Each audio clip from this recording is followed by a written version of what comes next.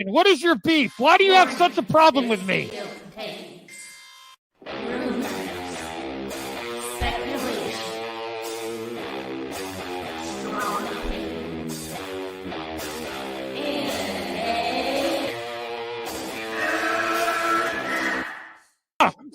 Can we get the real Andy? I would prefer the real Andy. Oh, let's get the real Max. I'll take off my mask when you take off your mask, brother. Because who's your new favorite YouTuber, Ian, that wanted to be on the show with us? The Madman. The Madman. Mad Movie Man. Let's bring on Max Movies because he scares the living shit out of me. Hold on. Oh, wow.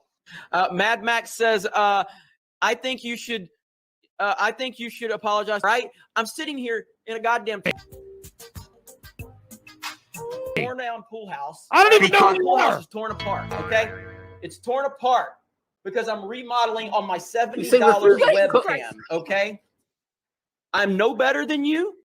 I'm sorry, but don't you guys find it kind of creepy that a 40-year-old man To me, it's funny. He's a YouTuber. He wears a Dr. Doom mask. He interviewed Tommy. in all of their videos because they're afraid to show their pale white face? I don't know. That seems a little suspicious to me. Yeah. Let me get Max in here. Oh, no, ladies and gentlemen. Oh, no. Oh, no. I should never have allowed it to happen. I'm already regretting it. No, what? Especially some dude just wearing a mask all the time screaming at the camera. Mad Max is here. Never thought I'd see you in my chat. Great costume drawing. Thanks. Rich, long time. Please take off your shirt and show us some saggy melon. Yeah! And please, with some Finnegan Fox enthusiasm, Yes! show us on the floor. Oh, God, I see what you did there. You son. I like saggy melon. Oh, there you go. But like, it just hard at work. This is hard at work. Messed up now. Your boss? Saggy, hold on. Go get your boss. Go get your boss. At work. I'm caught. I need your clout. Chasing off of me, bro. I need your clout. Oh wow. I'm at work. You see, I'm I'm gonna working. I'm trying to get end the ready. night. You Get ready decided for to go the live now while I'm trying to get my job There's a done? reason for that. Get ready for the cancellation live in person. Get ready for the cancellation. Yeah, you were about to get canceled. You already know. Mom, Yes, honey. it happened again. Did you have your mask on? I always have my mask on. Oh, I'm not on. I already told you. I was watching your other stream. You're like, I hope someone shows up. Listen. I'm backing down. I don't have. I can't take the melons. You don't want this. You don't want No, this. You don't. I don't know. You don't. I know you're stocking shelves. Oh wow, you're smoke. You do not want to mess with. See, the accusations were false. Someone said you're doing a lot of texting at work, and she's stalking. Doing text at work, damn right, because this is my job. No, I'm doing my job while we're talking. So you know what the multitasking. You know what the reality is. She was texting watching YouTube, and then she's like, "I'm going live. I better stock shelves." Guest Tommy Tallarico. Tallarico. Oh my God. All right. Restart the stream. Restart. Nice chatting with you. I'll see you guys later. Jeremy, I just reached 5K. Well, congratulations. Oh, thank you. It really doesn't matter. While you're here, if you'd like to consider memberships, it's only 99 cents. Rip away, my friend. Rip away. Because, man. Movie Madness Entertainment. Welcome everyone to a very, very, very special stream. Not the norm that we do around here, but I am, of course, RJ, your host for this evening, because Max takes Mondays off, and we're joined by Brian here. What's up, Brian? Not much. How's everybody doing tonight? Yeah, I'm doing good, man. Doing good. I've been planning this for a couple of days now. I'm very excited. Today is a very special occasion because we are going to be reacting to the HBomberGuy Tommy Tallarico documentary in its entirety, going over everything about it, which it caught my interest because Max has talked about this the last couple of days. He's featured in the video. We all know. He played for us one little segment of it, which was absolutely amazing. And I was like, I need to see the rest of it, you know? I'm just like, I need to see the rest of this documentary because it looks absolutely amazing, you know? So, well, apparently I'm in it, so... you are in it, yeah. You are in it, which that's also kind of funny. Yeah, you make like a small visual cameo in the corner. That's right. So that was another bobbing head. Yeah. We'll get to that. But before we do any of that, they just dropped the final Avatar 2 trailer. So I figured before, since this is a movie talk channel, we want to give something for somebody. Figured let's watch the trailer. Have fun with this. We'll watch this. We'll talk about it for a little bit. And then we'll get right into the Miko stuff. Gives people time to come in as well as they're getting ready to come and watch and hang out with us. So this is it. The final Avatar 2 trailer. You excited, Brian? Or you don't care? Let's go, man. Let's just see what happens, right? Let's just see what happens. Yeah, here I'll put my camera on so you can see my visual reaction. Yeah, that way we can do like a proper YouTube reaction. Let's full. Go. There you go. Go get your tickets. So what do you think? Time to pony up. I feel like this is gonna be like the first one, but underwater. Ooh, really? Okay. Well, I mean, come on, like the vibe of it. Like they're like, oh, you gotta train just like Jake Sully did in freaking in the first one. You know, he had to learn how to fly those damn things. And then, well, it's the one thing that's interesting is you get like somewhat of a better idea of the story with the fact that's like, okay, something happens to them to where they have to flee to the water tribe. Basically, it's like we got to go to we have to relocate. We have to abandon our home and go somewhere else. So I'll be curious to see like what happens as to why. But I don't know. It should be interesting. I'm hopeful. I'm looking forward to the movie. I mean, visually it looks amazing. I'm hopeful at the story. I mean, listen, even if it's kind of basic, I mean, there's nothing wrong with the basic story. If it's got like some great action, great visuals, I mean, this will be a fun experience, right? That's kind of like what I'm hoping this is, to be honest, but we shall see. But overall, you wouldn't say you were impressed? No, I'm kind of.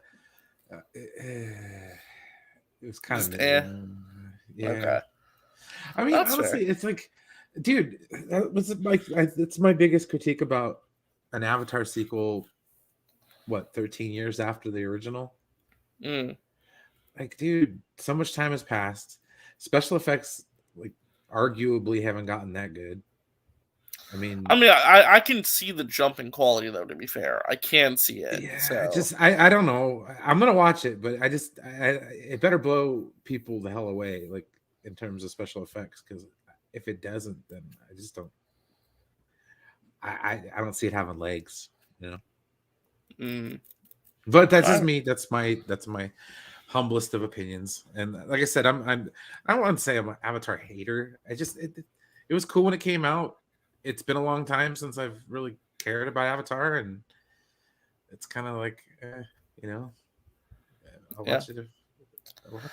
All right, enough of the Avatar talk. Whatever. It's time for the real main event here. So enough of this ugly mug.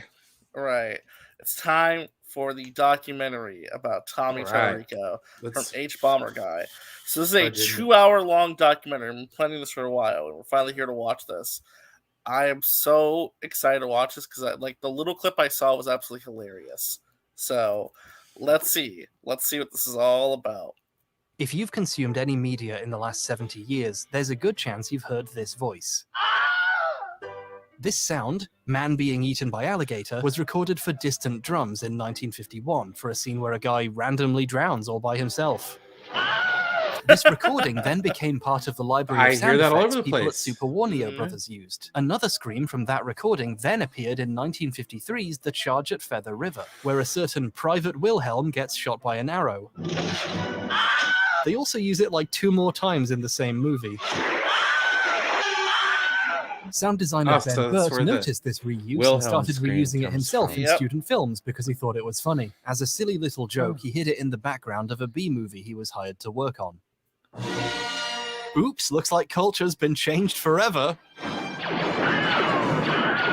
Burt had accidentally started a career-long running joke.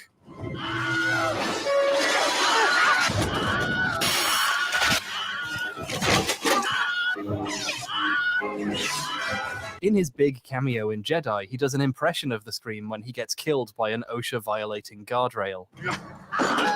Then other people... Oh, that's kind of funny. I never knew that was him. That's kind of interesting. That's cool. People started using it too, and now it's everywhere. Touchdown 49ers. Yeah. Debo, 39 yards. Woo! The Wilhelm screams and everything now. Getting in on someone else's in-joke kind of risks ruining it, but I wouldn't know anything about that. And there's a bunch of other iconic screams like this. Oh, that one, yeah. Oh, I remember that show. Oh, Real Monsters, yeah. Oh, Jesus Christ! Like with Wilhelm, the source of these sounds are usually well documented. That scream comes from a popular sound effects library. And while we're ruining things, those sheep/goats screaming like a human videos you love so much? Yeah, they're all fake. That's just a sound that comes free with Apple software. You're welcome. But for over a decade, one sound's original source was... It's good to know. It's good to know. All right, so here it is, the legendary oof sound. Where did it come from? We're going to find out. Nowadays, but where's it from? Most people under a certain age are yelling Roblox at the screen right now. Roblox is a free online game/platform people can make additional content and games for, and they can even monetize what they make for a pittance. According to YouTube journalists People Make Games, Roblox developers receive less than 25% of the money from sales of content they make. This has led to the Roblox Corporation attaining a net worth of roughly $7 quadrillion. And one of, if not the, most iconic things about this game is its death sound effect, also known as the Roblox Oof. Videos of just this sound get millions upon millions of views. It has its own separate existence as a meme across thousands of videos, and one video claiming to be its origin has 117 million views, shockingly close to the lifetime views of my entire channel. This sound effect is a phenomenon, but it's not from Roblox, and this child is a liar. What? No. How dare he lie? Lying ass kid.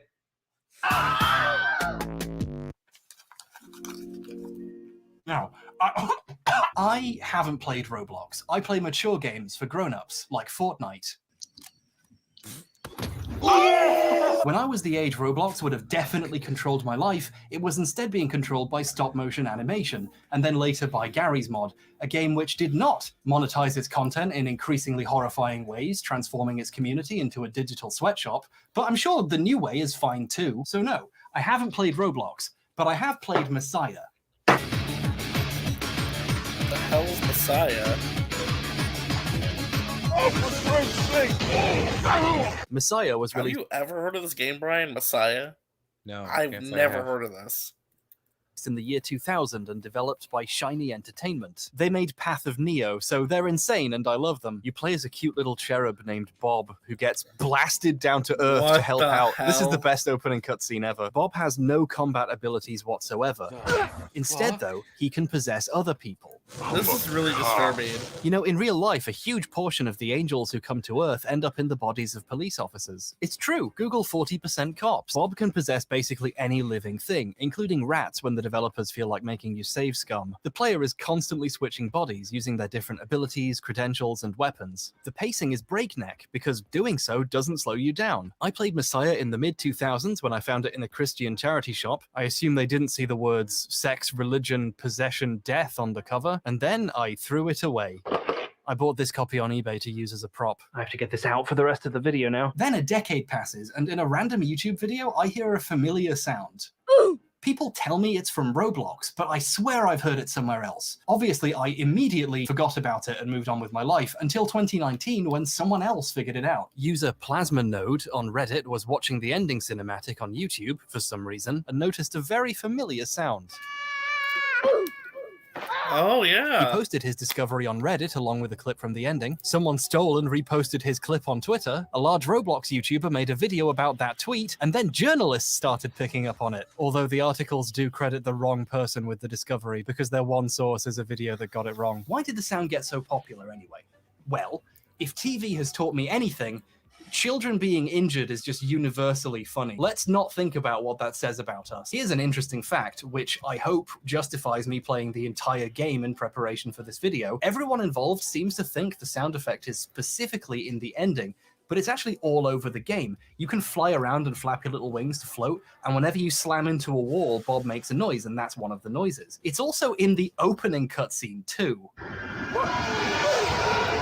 It's kind What of the funny it hell? was discovered in the ending, the last possible place you would hear it if you played the game. Interestingly enough, there was proof in Roblox the sound was from Messiah all along, and no one thought to check. You see, sound files have this thing in them called metadata. It's extra information that comes with a file, album art, list of the artists and people who worked on it, and so on. You know those pirated Weird Al Yankovic albums your friend gave you when you were 14?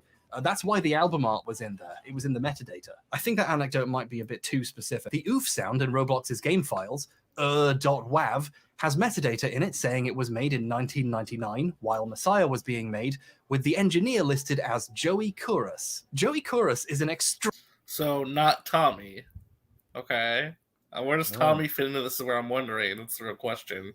extremely prolific video game sound designer. He's worked on Tony Hawk's Pro Skater, Spider-Man, Gears of War, and even Fortnite. That clip I showed earlier, that wasn't just me showing off my sick skills. That was a clever setup for this bit. No, it wasn't actually. I wrote a Fortnite joke and then it turned out he'd worked on Fortnite. But still. And here's Joey on page XXXVI of Messiah's manual as one of the sound effects guys.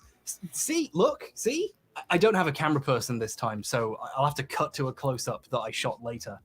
Rachel stopped responding when she found out what the video was about. So there we go. We know where the sound effect was from. We even have a good idea who might have made it. Mystery solved. We can all go. Yeah, it's Joey Kouros. Joey Kouros was the one who made the sound effect. So why is Tommy credited for it? Go home to our families. Just kidding, there's more. That's only the beginning of the story, you worm. Oh no, RJ. You got caught. I know. Here we go. We haven't even talked about who owns the sound effect yet. It doesn't belong to Joey. It belongs to the company he was working for when it was made, Tommy Tallarico Studios, along with its owner, Tommy. I don't need to say his name. He named his studio after himself. Are you ready? All right, here we go. It's the Tommy Tallarico thing. Brian, that was just a prelude. What do you think? All right. Well, that's far. What do you think? So Wow. Messiah is interested. So we know Joey Kouros made the sound effect, not Tommy, but Tommy owns it. So I can see where this is going to lead to issues. Yeah. This is the main event, man. You ready for this? Oh yeah, let's go. Tommy Tallarico is a veritable video game industry icon, according to the first line of his biography on his website. I wouldn't personally go that far, but he was a fairly well-known musician and composer for video games in the 90s and 2000s. His most notable soundtracks include Earthworm Jim, MDK, and Advent Rising. His company was involved with the sound effects on lots of other games from this period too. That's why if you're my age or older, this is burned into your brain. Tommy Tallarico Studios. He was also on TV on the shows Electric Playground and Judgment Day, some of the earliest shows about video games, reviewing new releases and interviewing developers. If you were around for a certain era of game history, you remember Tommy from TV or played something his company worked on. He also co-founded Video Games Live, which produced symphony performances of popular video game soundtracks. VGL is universally recognized among gamers as a thing they think they remember hearing about that seems nice. Through royalties from his company's work over the years, Tommy's doing pretty well for himself, and he's spent his money on living in a very interesting house. It has themed rooms, a Spider-Man room full of all the original comics. Probably have about $50,000 in your hands right there. Giant statues of Lara Croft and the Fifth Element lady, an ancient Egypt-themed dining room. The list goes on. The first thing I built in my house when I bought this was a 7-foot waterfall, but So this it is kind the of knot sucks cribs? because at night. Yeah, this is the knot cribs that we saw earlier. No, so just for context, I've not seen most of this. I only saw one segment of this about the MTV cribs, which was hilarious. I've So I only had to see watched the the rest stuff Max showed me. Yeah, the list of me and Brian saw was the Max stuff. The rest of this video we've not seen. So No. I will say he's got a nice house. I can't front. He has a very nice house. It's a nice kid's car, playground too. house, but it's a nice house. Nice car too. Sometimes it's an old car. But it's And nice Tommy car. is proud of his insane mansion. That's why I've got so much footage of it. It's He's Monday, given numerous don't tours worry, of the be place happy. over the years, Stay and it was off. even on MTV's Cribs. He's so proud of that, he re-uploaded it to his own YouTube channel years later. He's very happy about the fact he was specifically on MTV's Cribs. He says it a lot in interviews, and that's what he calls the video he uploaded onto his own channel. And there's no way he would tell an obvious lie like that. Would he? Foreshadowing. Foreshadowing is a literary device in which he also re-uploaded an old UK show where the Right, presenter I figured. clearly hates his house. This is absolutely hideous. You've got to sort yourself out, Tommy. You've got too much money. This is silly. It's not right, Tommy. No, but it is. There's children starving. And if you're the sort of person who's impressed by Guinness World Records, Tommy has a huge stack of them leaning up against a cabinet in the corner of his awards/Indiana Jones nook. Wait. So he put his Guinness World Records on the floor up against the bookcase? Yeah. Wow. I guess like he has so Damn. many awards he couldn't hang them up. I don't know. Like It's like having so many Academy Awards. You just just lay it on the floor. They're There's no propping up shelf books for on 'em. your shelf. You know? Right. Big one is person who has worked on the most video games in their lifetime. I actually have the Guinness World Record for the person who's worked on the most video games in their lifetime. He's such a big deal, he was handpicked by Shigeru Miyamoto to work on Metroid Prime. Metroid Prime with Shigeru Miyamoto. I worked with him for many years. And he was also the first American to work on the Sonic the Hedgehog franchise. I was the first American ever hired to work on the Sonic franchise. Can you believe that? Can you believe that? No, Do you really believe that? Tommy's been kind of resting on If his you watch the laurels doing documentary video about games Sonic, live. it'll tell another story. Oh, really? So who was Yeah. the first American to work on Sonic then? The American division that was working on a game. Oh, they that's pitched- right. Yeah. Yeah, they pitched it to Japan. Japan didn't want to do it. Didn't the American division make Sonic 2? Yes. Oh, that's right. So, wait. The CEO of Sega at that time was an American. That's not true, Tommy. Yeah, Live that's for a while crazy. now. He hasn't done much new music for games since the late 2000s. One of the last things he did was He's scared donate Atari. music to Super Tofu Boy, a game made by Peter. It's a really bad Super Meat Boy clone interspersed with quite good music Air guitars and and all the interesting meat GL facts. shows. Listen, Peter, I've eaten a lot of tofu, but meat doesn't scream either. If it did, people would No. probably stop eating it. Tommy is a Yeah. vocal Peter supporter, doing an interview for them in the Egyptian wing of his house about cruelty to animals, and put out a statement on Facebook responding to criticism of his involvement with Tofu Boy. It's I the mean, if only he had press sold release some of I've that ever shit, read he would've that got has the Amico out. emoticons in it. Oh, We can't really talk about Tommy Here we without go. talking about what he was doing while the Oof was being discovered. Tommy is most well known nowadays for what has become known as the Amico disaster. I don't know. That's the nickname for it now. The Amico disaster. It's like the sinking of the Titanic, the burning of the Hindenburg, the Amico disaster, the sinking of the Lusitania. the sinking of the Lusitania. Yeah, it's just all grouped up together, you know. So before we dive into this portion, how give a refresher from us, because we actually kind of are somewhat involved in the whole Miko stuff, just like kinda. Brian, how are you involved with the Miko? Let's start there before we get into this.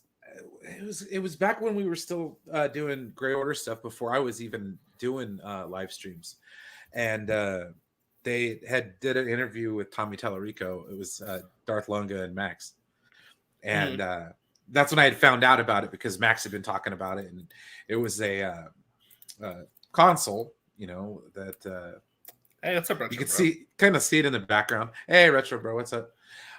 It's a console that, you know, it ran into a bunch of issues and stuff like that. I mean, I feel like, you know, COVID had a lot to do with it, but yeah, my involvement came. I wasn't really involved, but there was back when I first met Max, I got invited to come on the PlayStation Plus podcast with a bunch of people from the retro community. I don't remember who. I think it was like what? I think it was Geeks with Cash. It was Retro Gamer or Relic Gamer, and Tony was there. It's where I first met Tony, where Tony yelled at Relic Gamer and got kicked off or something. That was my first time meeting Tony. I only vaguely knew about it because of Max. I really wasn't. I kept like an eye on it a little bit from the side when people like said you could make streams, but I stayed clear of it because I was like, I don't know. There was one point I reached out for Tommy for an interview. I never got it, but you know, I've been on a couple panels where with the PlayStation Plus podcast where they interviewed him, and I showed up later in the stream or whatever. and that's about Yeah. as much as I've done as far as like interacting. Yeah, I've never talked to Tommy, so I want to clarify. I know people are in my circle, like friends I'm with, have talked to Tommy. I've never gotten to talk to Tommy. Way back when I was first starting on YouTube, I did try to get an interview with him. He never got back to me, which is fine. I'm not mad about that, but it's just kind of just the way that went. So, yeah, Relic Gamer, I think, has kind of gone on a downward trend from what I remember. He's not a very good person. Oh, Vinfrost, we're going to dive into the Amico right now. It's a great question to lead us into this portion of the video. Yeah, to the next. 2018, Tommy acquired the rights to Intellivision, a game company from the 70s and 80s, and announced he was making a brand new console, the Intellivision Amico. Amico aimed to be a truly family-friendly games console, with low age ratings on its games, and the bonus selling point of, not having online play. Apparently to get people playing in the same room together again. Oh, some people would tell you online play is one of the best features of modern gaming and a nice option for people who can't easily be physically next to each other. And to that, Tommy's reply was no. When I was growing up in the 70s, 80s, and even when I was working in the game industries in the 90s, you know, we didn't have the internet, so right? With this pitch in hand, how did the Amico... Well, it is. Like I always said this about, because I remember, maybe the video touches on this, but I remember Tommy said at some point, we don't want any M-rated stuff on there. Remember, what was that Max talked about, like the Amico Bible or the 10 Commandments of Amico?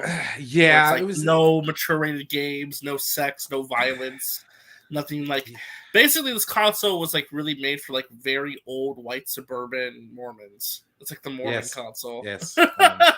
You know, I believe the council was a firm supporter there. But no, I get it, and I could. It was see trying to be different, where it's like remember those plug and play consoles from the 2000s?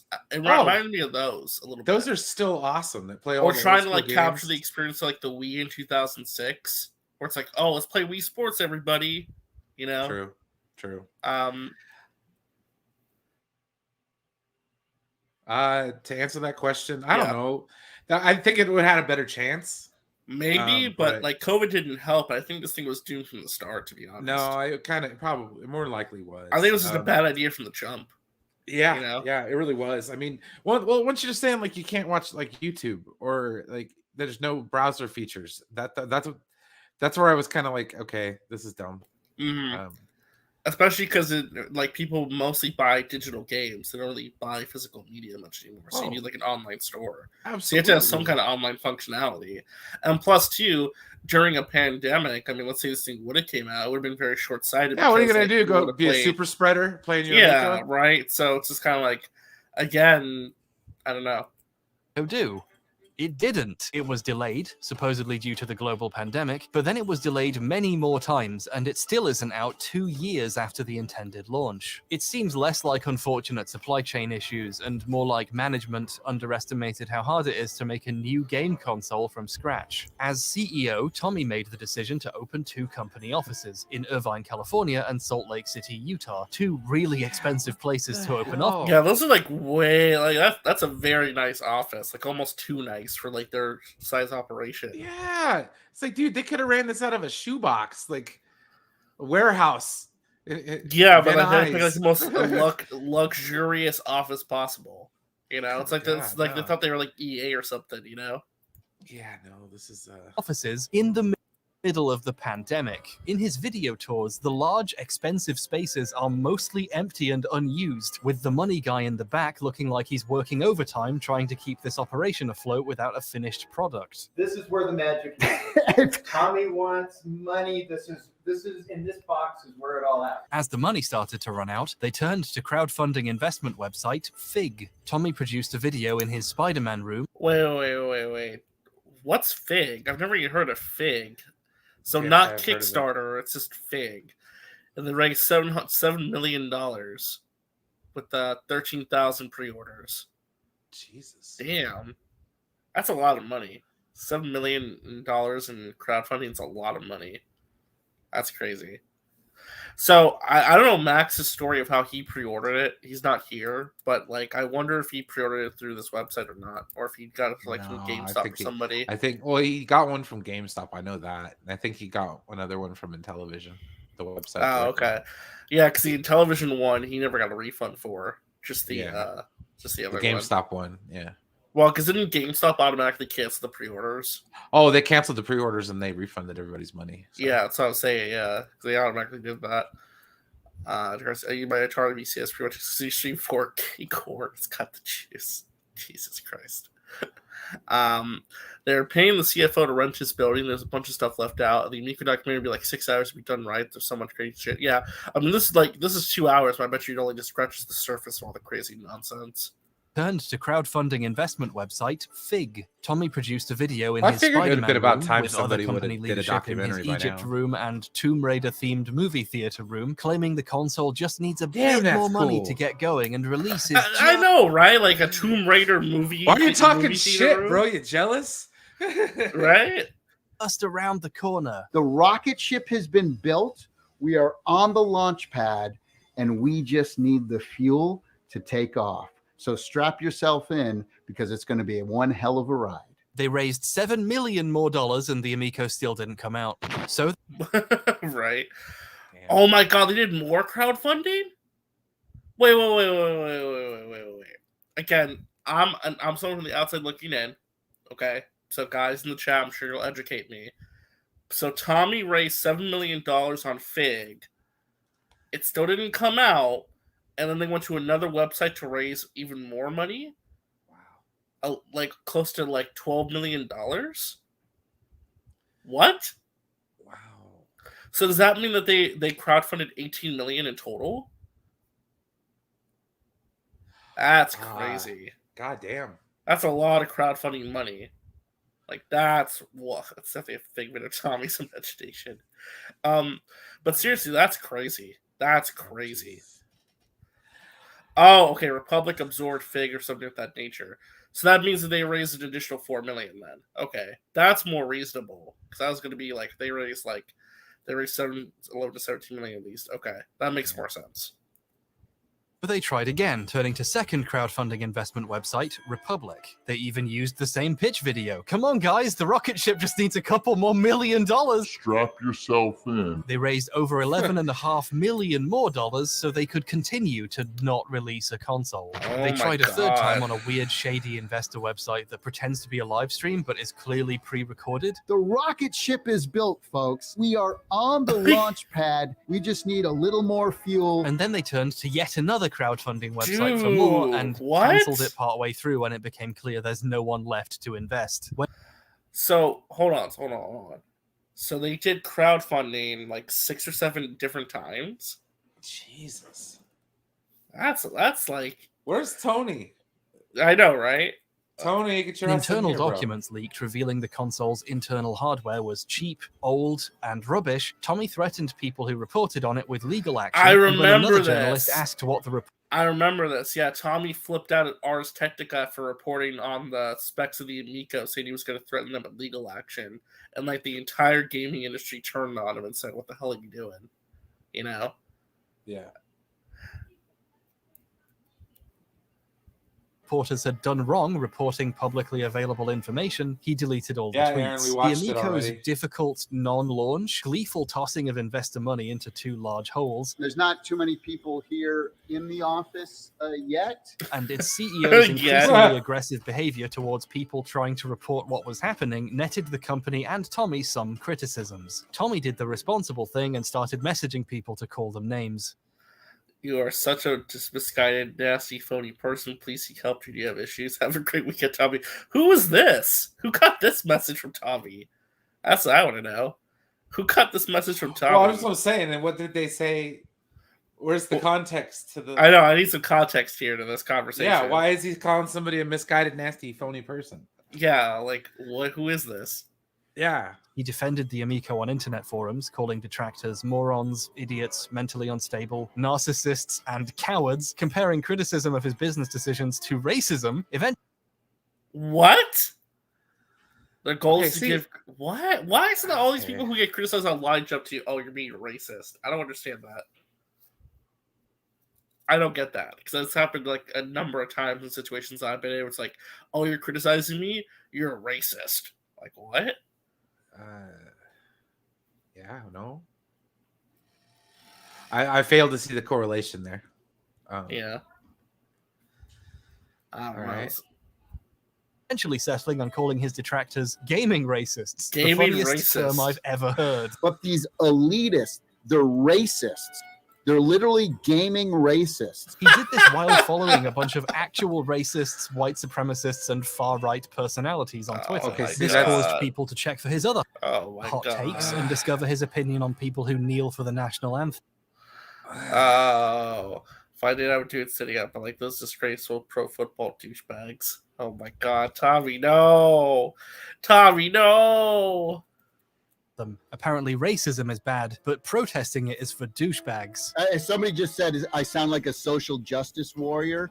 You couldn't be farther from the truth. And I'm the most unpolitically correct person on the planet. Don't call me an SJW. You have no idea how racist I am. People are saying I got triggered. No, I'm just having fun and being passionate. The folks in there that are peeing their pants right now. Things just got worse from there. It hit the point where Tommy, the CEO of a family-friendly games console company in desperate need of investment, would only give interviews with an ever-dwindling group of die-hard fans who completely agreed with this behavior. The kind of I wonder who was part of the diehard Amico cult. Shut up! No.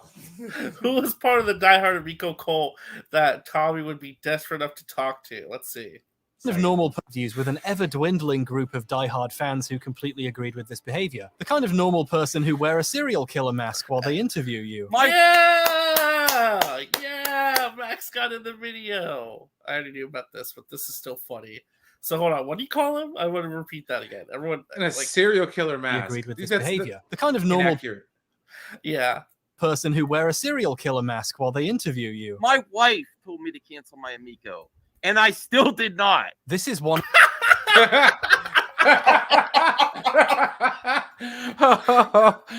That's an amazing clip out. I'm sorry, Max. I know Max already knows about this, but like, Yeah, I'm sorry. just HBomberGuy gets better. made Max look even worse. I'm sorry. My wife told me to cancel my Amico, and I still didn't. If that doesn't go in Max's new intro, I'm gonna be so disappointed. I'm gonna be so disappointed. I'll edit it in there. I'll figure it out. I know, but I love how Max is the first example of the people who Tommy was desperate to interview. That's funny. Oh my god. Oh wow.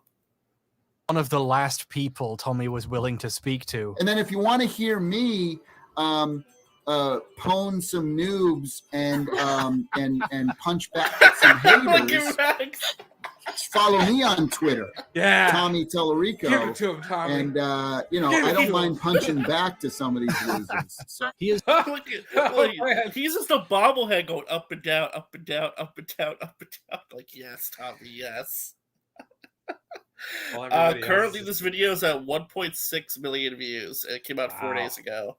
Wow. So this is blowing up, and most people probably saw this part. So over 1.6 million people saw Max doing this. Just Tommy talked about owning the haters. I don't mind punching back to some of these losers. So. He has since stepped down as CEO, with his replacement announcing the company. Oh, let's be real though for a second, Brian. Do you think it was fair to put Max in the video? Yes. Just a quick yes.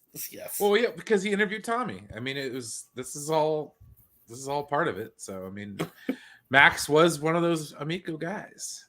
I mean, yeah, but I don't know. You could have put like Relic Gamer or like the Retro. Well, Bro we're just getting started here, man. I guess that's true. I'm saying like Max is the first one. Like that's the first person you put in.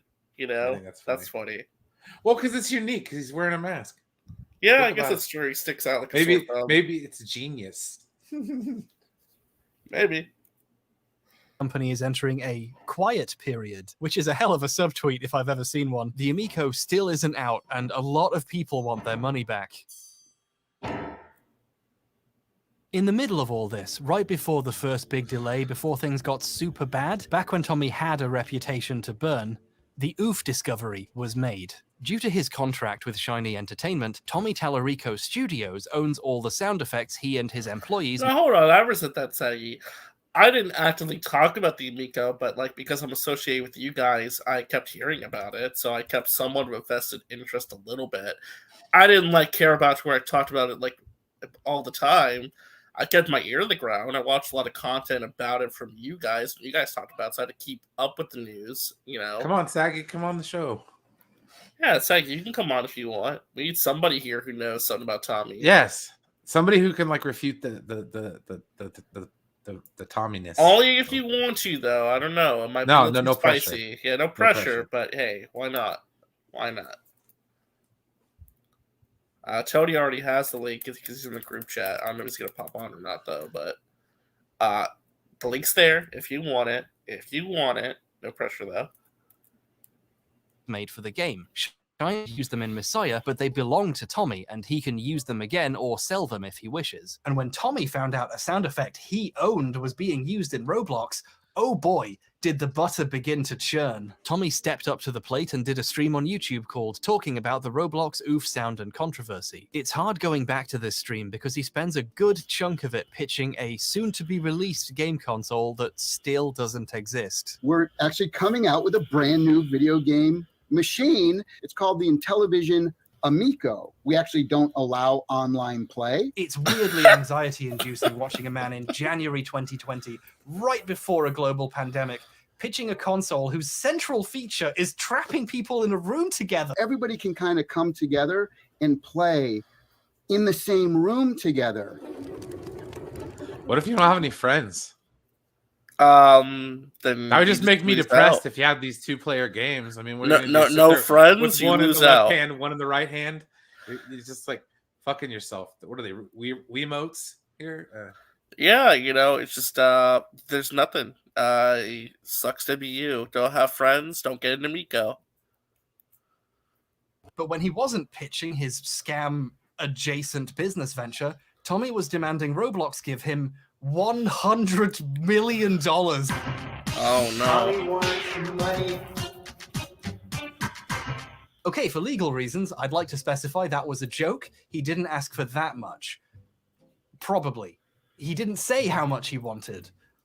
Almost like he was embarrassed to. Tommy made it clear he didn't want Roblox to remove the sound. He wanted them to keep using it, but to pay him for it. And if they didn't, things were going to court. They may think that, I'm trying to get the sound taken out of the game. I'm not. They may think that I'm currently suing Roblox. I'm not currently. But it's also not I'm fair to not me that I don't get currently. You know, we're not taking that level yet. compensated for this. This situation is, legally speaking, very funny. Allow me to pretend I understand it for a few minutes. A key point here is, at least as far as I can tell, so probably wrong, Tommy isn't owed any compensation. According to Roblox, the Oof came on a CD of sound effects the original creators purchased when they were making the game in the mid-2000s. If this is true, they used the sound with the reasonable belief they had the right to do so at the time. Whoever took the sound out of Messiah and sold it on a CD could be in trouble, but the two guys who started Roblox in 2006 didn't do anything wrong, apart from create Roblox.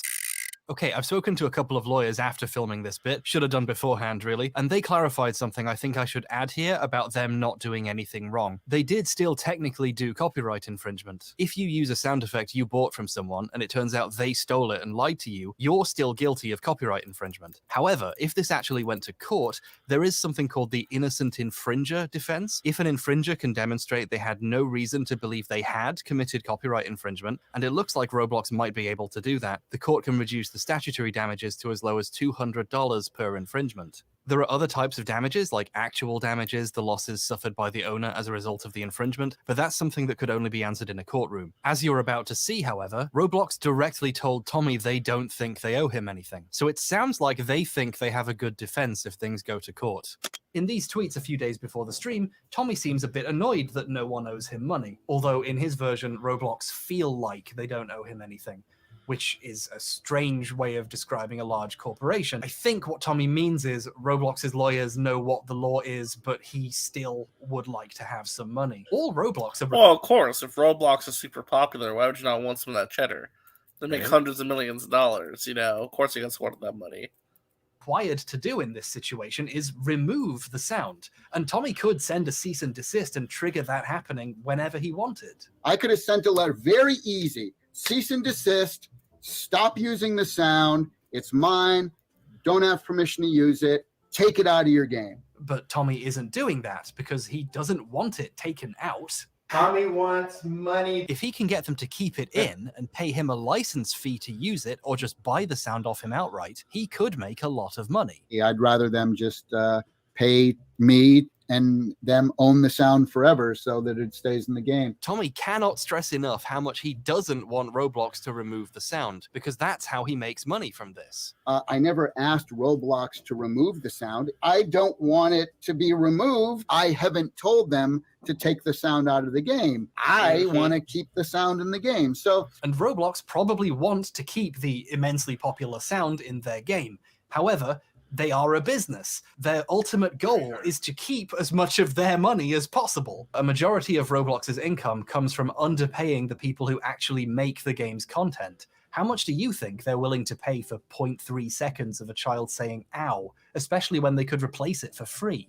Roblox could remove the sound tomorrow if they wanted to. So when Tommy approached them asking for money, Roblox offered him less. We approached Roblox. We said, hey, there's a situation and we're going to ask for this much. Roblox said, we think you should get this much. so, this much is what we think. Just to put it in plain English, the purpose of this stream is for Tommy to complain that Roblox will not offer him enough money to buy a sound effect they don't need. I think they're... Well, Tommy sure has Spider-Man on it. Jose Perez, if I said your name wrong, I apologize. Perez, you're saying Tommy and Joey didn't make the sound they stole from the 1997 movie Cats Don't Dance. I think Tony just made a video on this. I have to go back and look, but if that's the case, that adds even more of a weird situation to this, where it's like, where the hell did the sound actually come from? What is going on? What is going on? I don't know. Well, the other guy, I have no clue. Jordan, Nuts and disrespectful to me. This is an all-time classic Tallarico moment right here. Complaining about respect while calling someone nuts and asking them for more money. It's just incredible. I'm hoping that we can come together, I don't know, maybe somewhere in the middle, to make everyone happy. One question really starts to stand out in this 90-minute stream. How much money does he want? He's very careful to never say how much he thinks the sound effect is worth, how much he asked for, or how much they offered him. And I can't say, people are going to say, well, how much did you ask for?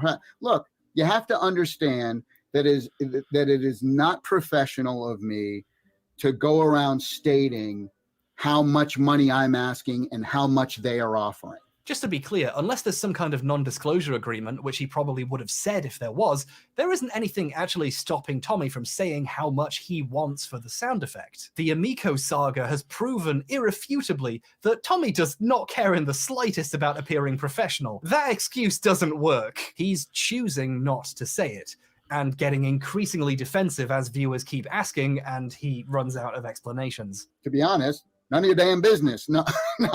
How much did you say for them to pay for the oof sound? Okay, well, I've already gone over that I can't talk about that. To an outside observer and the chat whose questions he was dodging, it started to feel like Tommy just wanted a embarrassingly large amount of money for a single sound effect. Probably because Tommy was smart enough to know if he actually revealed how much money he wanted, it was going to be so large and ridiculous of a number, he would have been laughed at by everybody. So it's like to avoid that public embarrassment of being like, oh, I know I'm asking way too much, but let's not say how much I want so I don't look like an idiot. I don't know.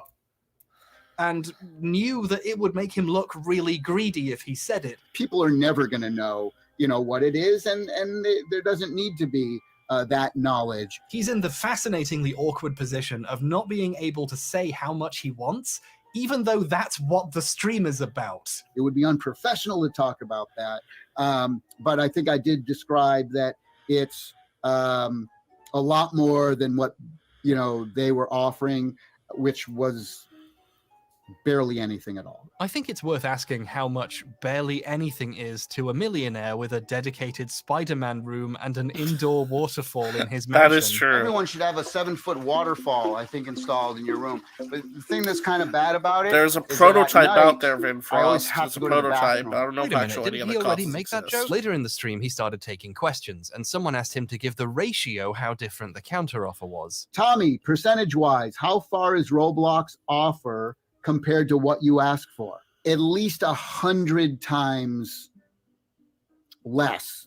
So that, you know, if they offered me $1, I'm asking for $100. So, you know, if they offered me $1,000, that means I'm asking for $100,000, right? So that's how far it is off. I find it very curious that he will say how much he asked for, but only in the form of a riddle. Even more curiously, he uses very small amounts of money as examples. He chooses not to say, for example, if they offered me 50 grand, that means I asked for $5 million.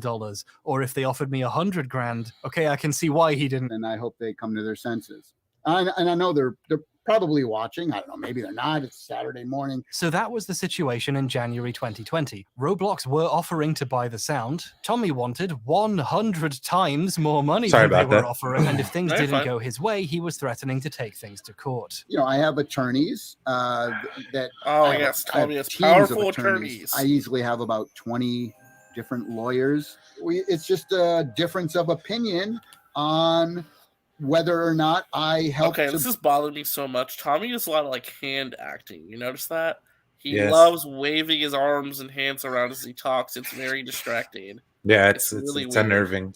Yeah. It's just like, put your hands down. It's okay. It's like Talladega Nights where Ricky Bobby doesn't know what to do with his hands. I don't know what to do with my hands. Right? It's like, I can't stop. Bring millions of people to their game. Or not, and what that is worth. That last thing is, I think, why Tommy thinks he can ask for whatever massive amount of money he won't say. In his mind, this one sound effect single-handedly launched the Roblox franchise. But the idea is that this is a sound that helped to create the franchise, right? Some may say even that the reason Roblox is as popular as it is now may be because of the fact that so many people share this oof sound. So some may say, Tommy, you don't need to launder your arguments like that. You are the one saying that right now. This is something that helped to create the franchise itself. It's made the game Roblox go supersonic. It was part of the reason. How many millions of people found out about the game Roblox because of a meme that used. Okay, listen. Okay, was the oof sound effect culturally significant in terms of like meme culture, internet culture? Yes. Did it really move the needle to like make Roblox get like millions upon millions of dollars in players? I don't think so. Like, is he gonna you like can't sue credit one sound YouTubers effect for with using his sound effect? I on don't YouTube? know. I don't get it. I'm just saying, like, this doesn't like. You have to be very egocentric and very egotistical to imagine that this one sound effect could have like caused one of the most popular games of all time to be popular. Well, I think it was because it was to the very player close base games. and like, yeah, it's like meme culture, but not sales wise. Yeah, but the game is very, very similar to another game that's really popular, Minecraft. So it's like, yeah, what the hell is this guy? Oh my god, I don't know. All right, because of the sound, right? We think we're asking for something extremely fair considering what it has done for the franchise. These claims are hilarious, exaggerated, but most of all, wrong. Take the sound effects from Minecraft that are really popular and people use a lot in videos too. They have a huge presence online as well, but they didn't make Minecraft popular. They're popular because they're in a game millions of children have played. The Roblox Oof took off in mid-2017, when Roblox was already a pretty mainstream thing. The cause and effect is completely backwards here. While it might not be entirely impossible for a single sound effect to make a game very popular, I would like to remind everyone that this sound effect was already in a game, and that game was such a massive critical and commercial failure that no one noticed the sound effect had been stolen for 20 fucking years. Come on, bud. Roblox didn't become a multi-billion-dollar company because of a sound effect. They got there by being evil. Speaking of evil, Roblox eventually worked with Tommy to turn all of this into a whole new way of monetizing their empire of nightmares. Instead of paying Tommy for the sound, they're making the players pay for it. In November 2020, Roblox announced the oof sound was going to be removed, but they were updating their developer marketplace so players could purchase sounds to use in their games. And oh, Jesus Christ. Oh, okay, so I get it. So instead of making the oof sound the default, they made their own unique sound and was like, well, if you like the sound effect so much, you can buy it on the store. And nobody did it. Come on, man. Roblox, that's nickel and dime, people, damn it. Once this update was complete, the oof sound could be purchased and used through there. I assume Tommy would get a cut from this. Simultaneously, Tommy announced he had produced a sound effects pack for creators to use in their Roblox games, including the oof. I have done a brand new sound design library just for Roblox. Creators could buy a range of sound effects packs costing from $10 to $250 and use these in the games they make. Roblox and Tommy agreed to keep the sound in the game as is for a while, so the sound marketplace had time to get up and running and no one had to go oofless in the meantime. But this functionality still hasn't been added a year and a half later. Eventually, in July this year, Roblox, citing a licensing issue, removed the sound and replaced it with this one, which is rubbish, frankly. But it might be bad on purpose to incentivize paying to replace it once they get the marketplace up. So, clever move, I guess. You bags of scum. Tommy also got to make some official oof merch, so that was nice for him, I suppose. I've created an oof t-shirt. It doesn't look like he got the massive payday he wanted, especially since the audio marketplace hasn't manifested yet, but at least he got something out of it. So, there we go. Wasn't that an interesting story? That's the end of the video essay. Don't look at the runtime. Don't worry about it. Don't worry about it. If you came here to find the origins of a sound effect, you can go. Subscribe on the way out if you'd like, but take care. Go play Roblox or something. And Tommy, I know you're watching. I've seen you arguing with people in the comments of videos with 100 views. You can go as well. Go do whatever it is you do in your fun house. I'm just chilling out. See ya.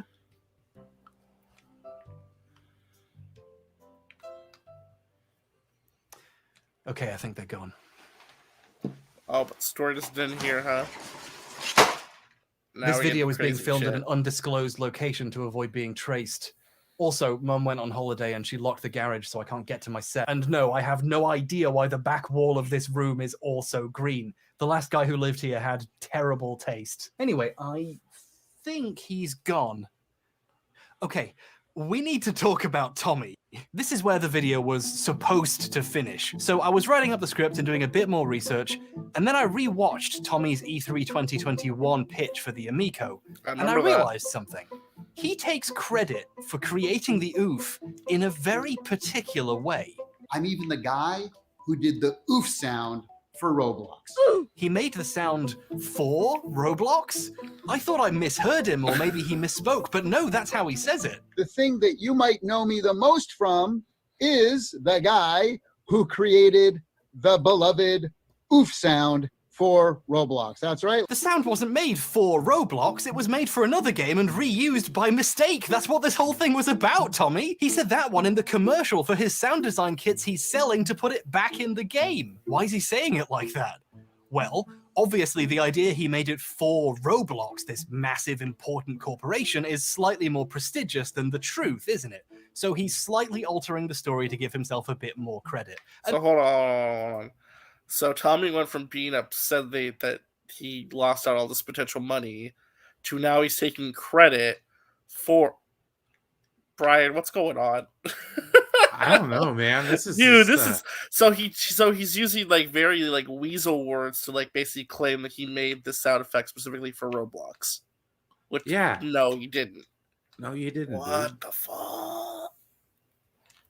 And that's fine, like whatever, who cares?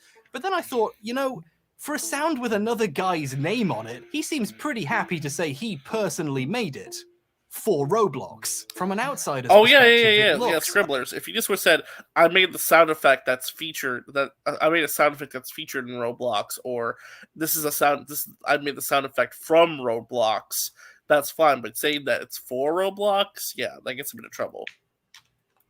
A bit like Tommy is taking credit for something someone who worked for him did decades later. And yeah, sure, my script was almost done, but I couldn't let that possibility sit unexplored. So I tried to figure out who actually made the sound. And what I discovered was interesting.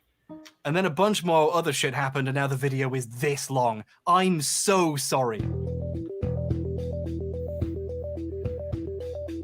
Yes, Joey's name is on the file, but that doesn't necessarily mean he created it. If he did the final exporting of the sounds Tallarico Studios made for Messiah, his audio program would put his name on them regardless of who recorded, edited, or mastered them. Instead, let's look at how Tommy talks about who made it. Let's rewind the clock a little. Back in 2019, Tommy quote tweeted that one video that was a repost of the thing Plasmanode put on Reddit. He indicates that his company created and owns the sounds used for Messiah, and that the sound effects was created by my lead sound designer, Joey Kouros. Notice that he specifically doesn't say that he did. He says his company created and owns it, and then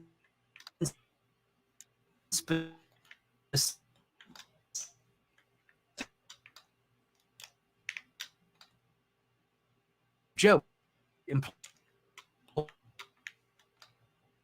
direct.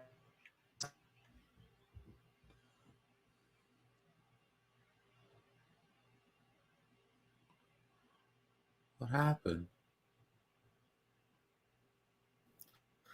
Oh, sorry. My connection dropped like a rock for a second. I don't know what the hell has Oh, it's happened, okay. but it was like froze for a second. Everything was like crazy. So the stream might have just went down for a second. So hold on. Let me make sure everything's running okay. Apologies for that, guys. Apologies. I'm not sure what the hell happened.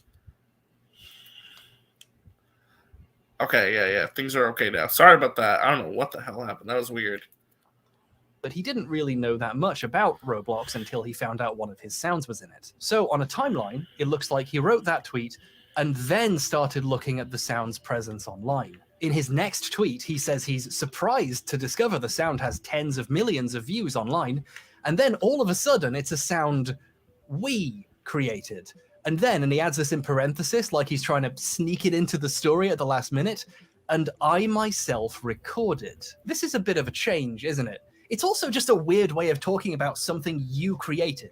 Like, if you found out something you had made, you, was in a huge game, you would go, hey, I made that. You wouldn't go, as you can see, my company created and owns that. It was made by someone who worked for me decades ago. Oh, wait, the sound's really popular. I mean, we made it, and I myself recorded it. And to his credit, I think Tommy noticed how this sounds too, because 30 minutes later, he tried again. He started a second thread where this time it's a sound he created, Joey edited, and he owns. Note that he specifically used the word created again. So he got his story straight in the end, at least. Good for him.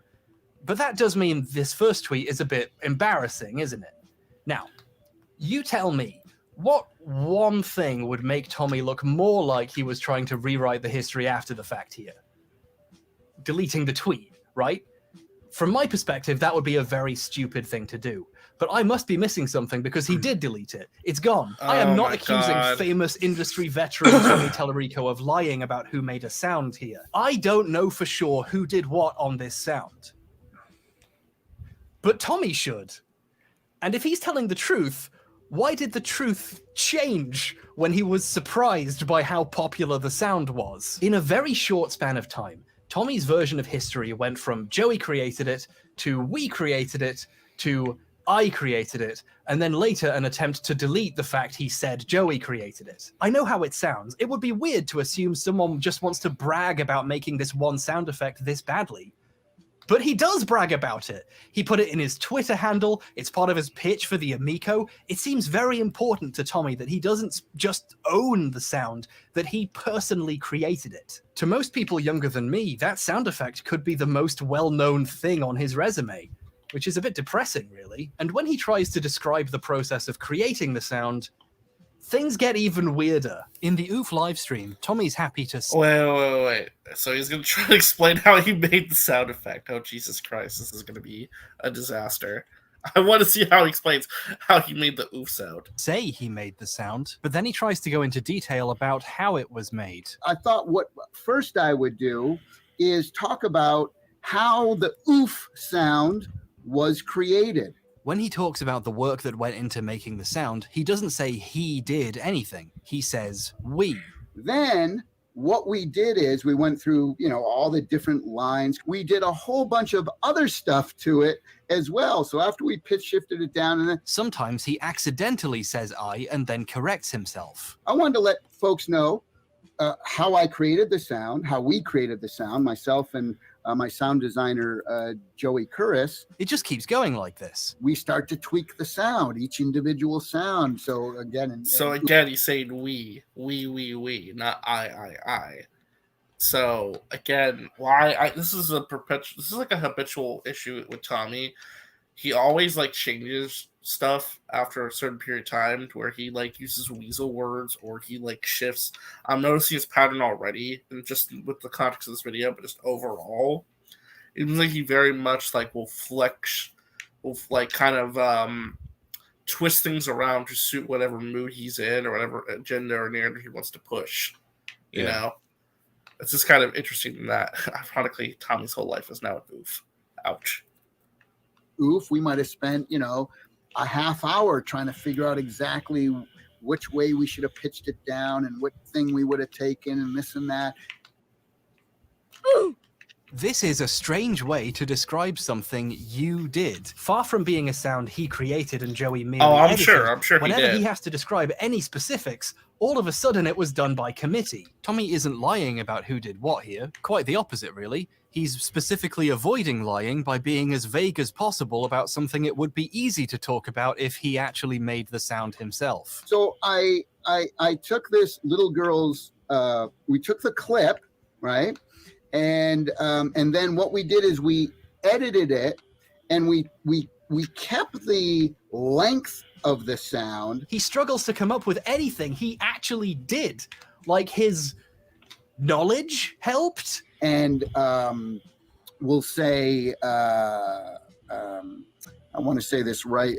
I mean, it took a lot of my knowledge of audio to create this sound and make it sound unique. Now that people know about me, they know about how I created the Roblox sound. After seeing a guy specifically avoid saying I and say we dozens of times and then finish the story by saying, so that's how I made the sound, it just comes off really disingenuous. One quick indicator of what he could mean by we is, at one point he uses it to describe the act of exporting the sound out of the program. Compressing it and making it all, EQing it and doing all these crazy things to it. Before we ended up saving it out. So when he says we here, he just means Joey. It only takes one person to hit save on a file, and that's the one thing we know for sure Joey did. Like with the money situation, it's hard not to read into why Tommy is talking strangely. It starts to sound like Joey did most of the work, but then that would mean someone else deserves the credit for creating the sound. So all of a sudden, this 0.3 second sound effect becomes a team effort. That's Tommy's version of how the he's sound very is made. much doing a lot of He ums says and we, pauses. but sometimes when he sure. says we, he just means Joey. So what's Joey's version? Joey's been pretty quiet about all this, and good for him. His career's still going strong, unlike some people's, and I'm sure he has better things to do than litigate who made an ancient sound effect. Unlike me, who apparently has plenty of time for that shit. However, Curris does have a website where he maintains credits for every game he's worked on since 1993, and he's still updating it today. Next to Messiah, Joey puts, design of all sound effects. After witnessing someone claim Joey did it, change their mind, delete the story, and then talk in very vague terms about who did what, seeing someone just say, I designed all the sound effects is like a breath of fresh air. This is another reason why I find Tommy's first version of the story more believable. Not only is it untainted by his later discovery how popular the sound was, it's also what the other person who worked on the game said. But this really makes it look like Tommy's stealing credit from someone else who worked for him now. It was just a hunch before, but now, I don't know. And here's when the fun, easy video about the Roblox Oof I was trying to make ended, and the horror of my new life began. Because while I was on Joey's page, I noticed something else.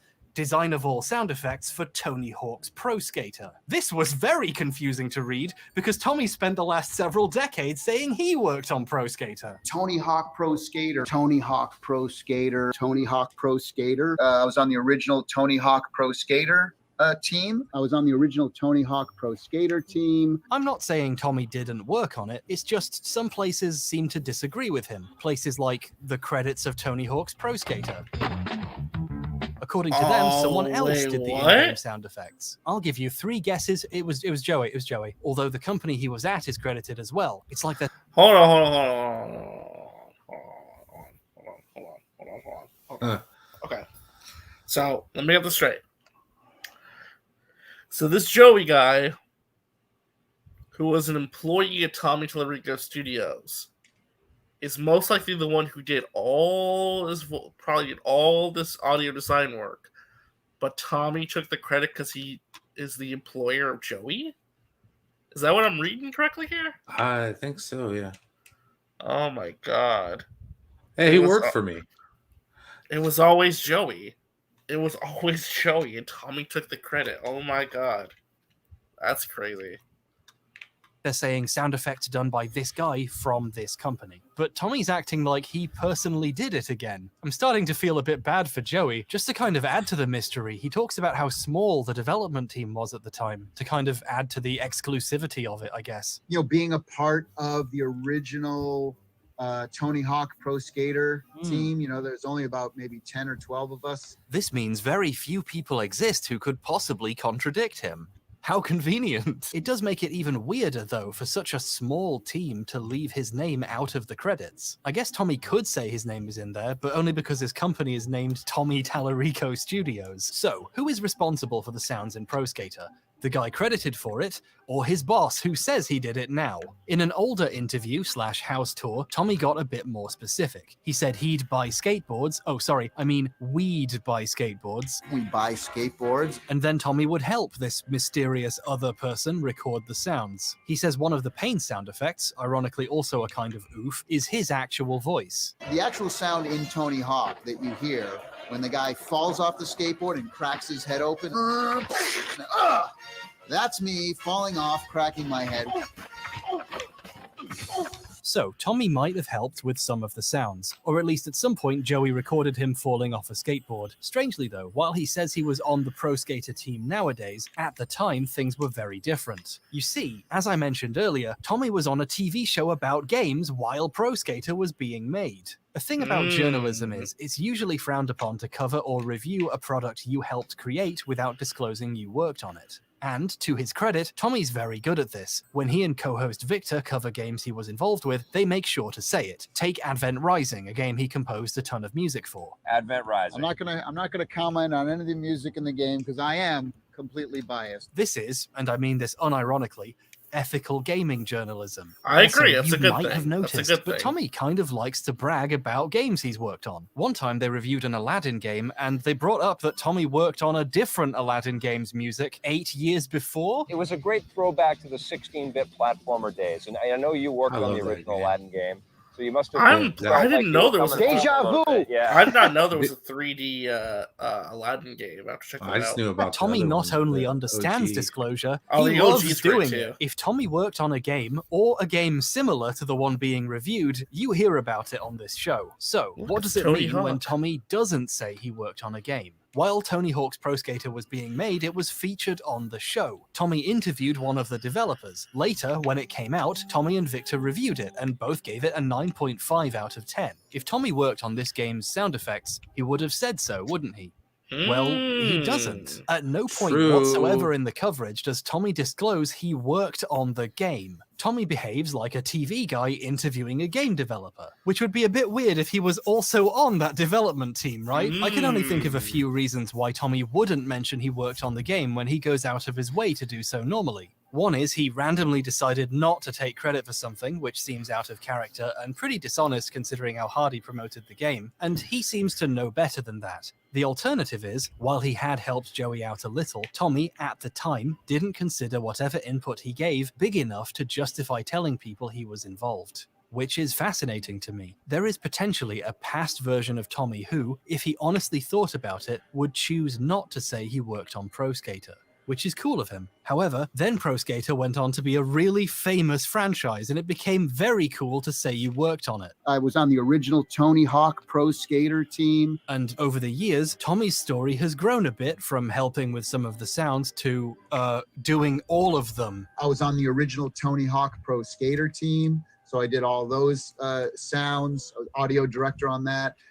Wait, now he's saying he was the audio director? Whoa, he's not even in the credit. Let's quickly look at who did what on games Tallarico Studios worked on. On the vast majority, Tommy is often credited for music, but he doesn't do sound effects much. Sound effects, or sound design as it was later called, is usually done by Joey. A game right, because Tommy would do composing. He would like make music, not sound effects. Tallarico Studios worked on almost always has music by Tommy, sound effects by Joey in the credits. Basically, when Tommy and Joey work on games together, it's pretty clear who did what. In fact, in the early 2000s, Tallarico Studios put out a sound effects library you could buy and use in your own projects, with over 19,500 sound effects in it. Tommy's the executive producer, so I'm sure he was involved in some capacity, but 3 other recorders and editors are credited, along with the sound designer. I wonder who it could be. It's Joey. It's always Joey. Joey credits himself as the lead sound designer at Tallarico Studios for 13 years. The thing he did was sound effects. Even on Electric Playground, Tommy's show, Joey is credited for additional sound effects. So maybe Tommy didn't say he did the sound effects on Pro Skater because he knew Joey would see it. Given Tommy's tendency to take games his sound effects guy is credited for and say he did all the sounds, what does that sort of thing mean for his later claims about Messiah and making the oof? Well, wouldn't it be funny if Tommy also reviewed Messiah on TV, and when he did, he again did not mention he worked on the game? No. Wouldn't that be very, very funny?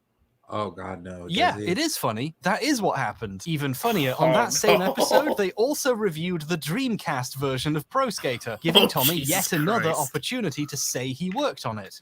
Which he didn't. There's starting to be a precedent for Joey doing things, being the one credited for it, Tommy reviewing it and not mentioning he worked on it, and then years later deciding he did. Coming back to how he talks on the stream, we could mean we both worked on this sound, but to be cynical, it can also mean Joey did it while working for me. Messiah is one of the 2 or so games I could find that Tallarico Studios made where they are both credited for the sound effects at once. So potentially Tommy might have been more involved with the sound effects on this than normal. So our candidates are a guy who mostly did music and not sound effects, reviewed the game on television and chose not to say he worked on it, and when he later decided he did and he made this sound, carefully avoided taking credit for anything specific, or the guy credited for sound effects on almost every other game, who says he did it, who Tommy said did it before he changed his mind the first time, and whose name is on the file.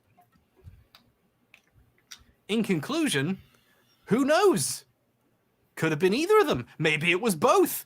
Art is really a collaborative process. Okay, that was written as a joke about how heavily the deck is stacked here. But let's be serious, I haven't found any definitive proof here. I think it's interesting just how much Joey is credited for sound effects everywhere else, and I think it's weird that Tommy didn't really have any specifics to say about what he did on the sound, and I think if he did work on the game that closely, he should have said so when he reviewed the game on television, but none of that is specific proof of who recorded or mastered a specific sound effect. However, given all of this additional context and information, I can say, at least for myself, that I have some trouble believing Tommy when he says he made the sound. But when you decide something a well-known industry figure like him has said is suspect, you start to ask, well, what else has he said? This guy's been around for decades and he's said a lot of things. I started investigating some of his other claims. I did it mostly to prove to myself I was just being silly so I could believe him when he said that he made the sound. I wanted to be able to put this to bed and move on with my life. I just couldn't accept that the first American to ever work on Sonic would lie like that. Hey, wait a second. All right, so thus far, Brian, what do you think?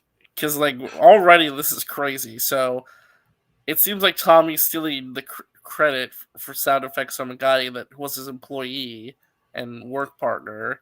Yeah. Like, already it's just like we're diving into like such a weird rabbit hole. Yeah, this is getting weird.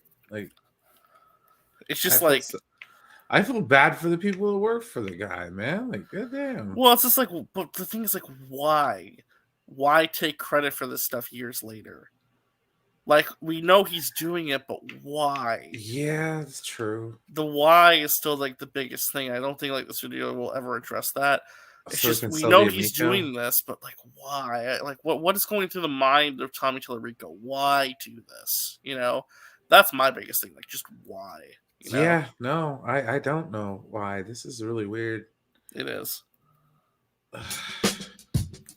Yes, Tommy has repeatedly said he's the first American to ever work on Sonic. In fact, I was the very first guess, buddy. American I don't know, guys. to ever be hired by the Sonic team back in the day. Are you serious? Very first American to be hired. One of the first Americans to ever be hired by Sega of Japan for the Sonic team. I was the first American to ever be hired to work on the Sonic the Hedgehog series. Oh, there's Max again. And Lunga. There they are. There's Max bobbing his head. But if you don't take Tommy's word for it and do your own research, by which I mean basically Google Sonic for 2 seconds, you start to see red flags. Sonic was being developed in America as early as 1992, when Sonic 2 was being made in California. Americans are all over Sonic's game development since almost the beginning. Which game did Tommy work on anyway? Sonic, some of the or one of the Sonic games, Black Knight. I might have been in the 2000s. So Tommy was about 20 years late to the Oh, wow. Yeah, Sonic and the Black Knight was 2009, not in the 90s. But I Yeah, have that's to not ask, even though, like, and again, I have to ask Max this again when he comes back tomorrow, but, like, did Max never just do a Google search? Did none of you guys do Google searches when he said this shit? Like, I wasn't paying attention. I guess so. Like, I'm just like, I don't understand how you could sit there when he's saying them and be like, I guess you're taking his word for it because you're interviewing him, but, like, that's a pretty big thing to get wrong, like the Sonic thing. Oh, absolutely. Like, and then you say, "Oh, I worked on Sonic and the Black Knight," but Tommy, that was in 2009, not the 90s. That's common knowledge. Like everybody knows that. Mm-hmm. Everyone knows Sonic and the Black Knight was a more recent game. Like, I don't know. Wow. I don't know. I mean, it was you and Miko haters knew a lot more than people gave you credit for. That's for sure. The party of Americans working on Sonic. Okay, let's be charitable. Maybe he means first American to do music for the series? But if he thinks that, Tommy's been crushing too many 40s. That was terrible. I promised to live and learn from the... Oh, fuck. But this first American stuff gets even deeper. There are layers to this shit. One particular American musician, Michael Jackson, was rumored for decades to have worked on Sonic 3. I remember that, This was seemingly confirmed by Yuji Naka earlier this year, actually. This would make Jackson the first American to do a Sonic soundtrack. Maybe there are some Americans who worked on one earlier. I'm not sure. I'm not deep into Sonic lore. I'm no Heriton Splimby. Now, you could say, well, sure. Maybe that means Tommy is wrong about being the first American. But there's no way he could have known that. We only found out for sure recently. And yeah, to be fair, that would be true. Were it not for the fact Tommy has also been bragging about knowing back in the 90s that Jackson worked on Sonic. So I was really close with the Sega folks back in the early 90s. I don't know if it was ever confirmed or not, but I can tell you that he did do the music for Sonic 3. This was at a con in 2014, before he started saying he was the first American. So either he knew he was lying when he started saying that, or he made this shit up too, which... Wait. I have to pause again, so hold on. So, recently, over the last couple of years, Tommy claimed that he was the first American to work on Sonic, particularly in the music department. But then in 2014 at conventions, he said, "Oh, I knew about Michael Jackson working on Sonic 3 because I was tight with Sega." What? Oh my god, how deep do the lies go? Which one is the lie? At this point, why not both? I don't trust this story about knowing about Jackson either, frankly. I think he just made up a story to seem involved with another important piece of history. That seems to be his MO at this point. This is just one example of what we could charitably call exaggeration, but realistically we call lies. The more I tried to check things Tommy said to prove to myself that any of it was true, the more it all came apart. Okay, so what about the Metroid Prime thing? He said in a bunch of places, including the Oof stream, that he worked on Metroid Prime. Metroid Prime with Shigeru Miyamoto. Worked on that for a couple of years. And I worked with him on Metroid Prime, the first one. And we worked together for about, gosh, I want to say 4 or 5 years. Metroid Prime, I worked with that with Shigeru Miyamoto for 5 years. Wow. I worked with Shigeru Miyamoto, the creator of Mario and Zelda. Worked with him for 5 years on Metroid Prime. He doesn't just say he worked on it, actually. He says Shigeru Miyamoto was a personal huge fan of his work and always wanted to work on a game with him. We always talked about working together. Like, oh man, I really love all your Mario stuff. And he'd say, oh man, I love all your stuff that you do. Like, oh, we gotta Oh man. Tommy, Dude. no. It's like, oh yeah, I love all your Mario Why stuff. is he It's trying like, to sound I cool love to YouTubers? your stuff. Like, I think he have is. you noticed this? Like, I think I'm, he's like, trying getting to be that more vibe. impressive than he is. Yeah. Like, dude. Oh man. like just be you, Tommy. You don't have to lie. Just be you. Yeah, bro.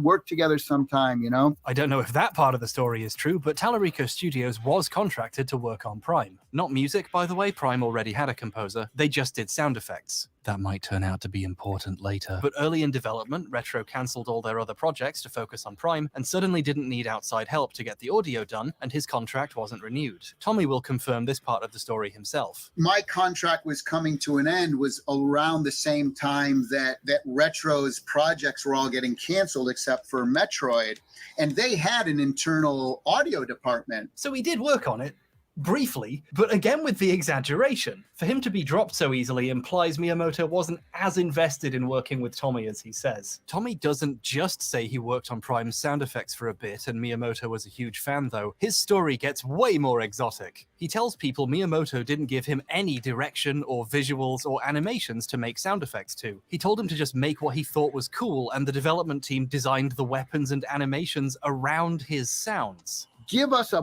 bunch of epic weapon sounds, and then what we're going to do is I'm going to give those to my artists, and then they are going to be inspired by the sounds that you make, and we're going to inspire the art and the thing.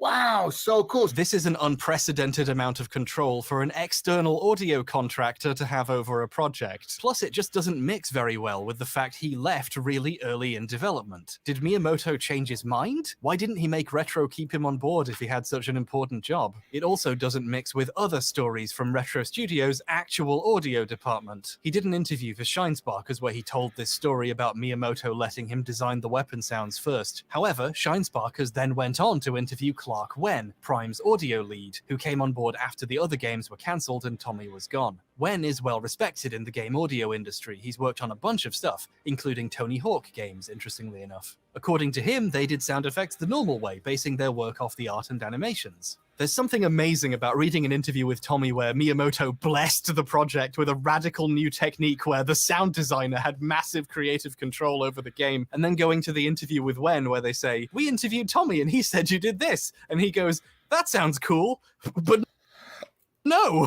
Wen says 1 or 2 weapon sound effects were done when... So Clark Wen literally said Tommy is a liar. That's amazing. Yeah, he basically did not work on Prime. Wow. Huh. He got there and he left them mostly untouched. So a few of the sounds in the game are done by Tallarico Studios, and they might have been done the way Tommy said, but his overall involvement with the game was very small. How small? He left so early in development, they forgot he had worked on it by the time the game was done, and forgot to put his name in the credits. A bunch of other audio contractors made it in, though. They must have kept contracting people after he left and not got him back. Weird. I wonder why. After seeing Tommy repeatedly take credit for the work of people under him, it's kind of cathartic seeing a bunch of other people get credited and for him to be forgotten. However, he's not the only one. Someone's missing from Tommy's version of the story again. Can you guess? In a now deleted page on his website, accessible via the Internet Archive, Tommy wrote about leaving early in development, although he still claimed... Hey, what's up, Matt? Hope we're doing well, man. We're reacting to this Tommy Tallarico documentary from HBomberGuy, which is pretty freaking insane. We're about like an Pretty hour enlightening, in. I guess. I don't know. Yeah. Man.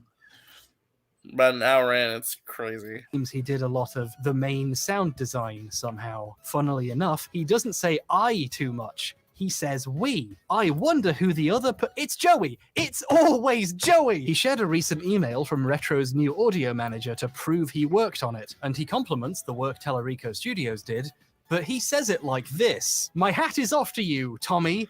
And Joey? It's always Joey! What makes the story even funnier is how, Tommy was on a TV show that reviewed games when Prime came out. Tommy didn't mention he worked on it, which makes sense, he was barely involved. But one fascinating thing that hasn't come up yet is Tommy just has terrible taste. JoJo's Bizarre Adventure, the characters are incredibly stupid. He complained about Prime's backtracking and scanning system, stuff people love about the game, and absolutely refused to let Victor get a word in edgewise. All right, finally.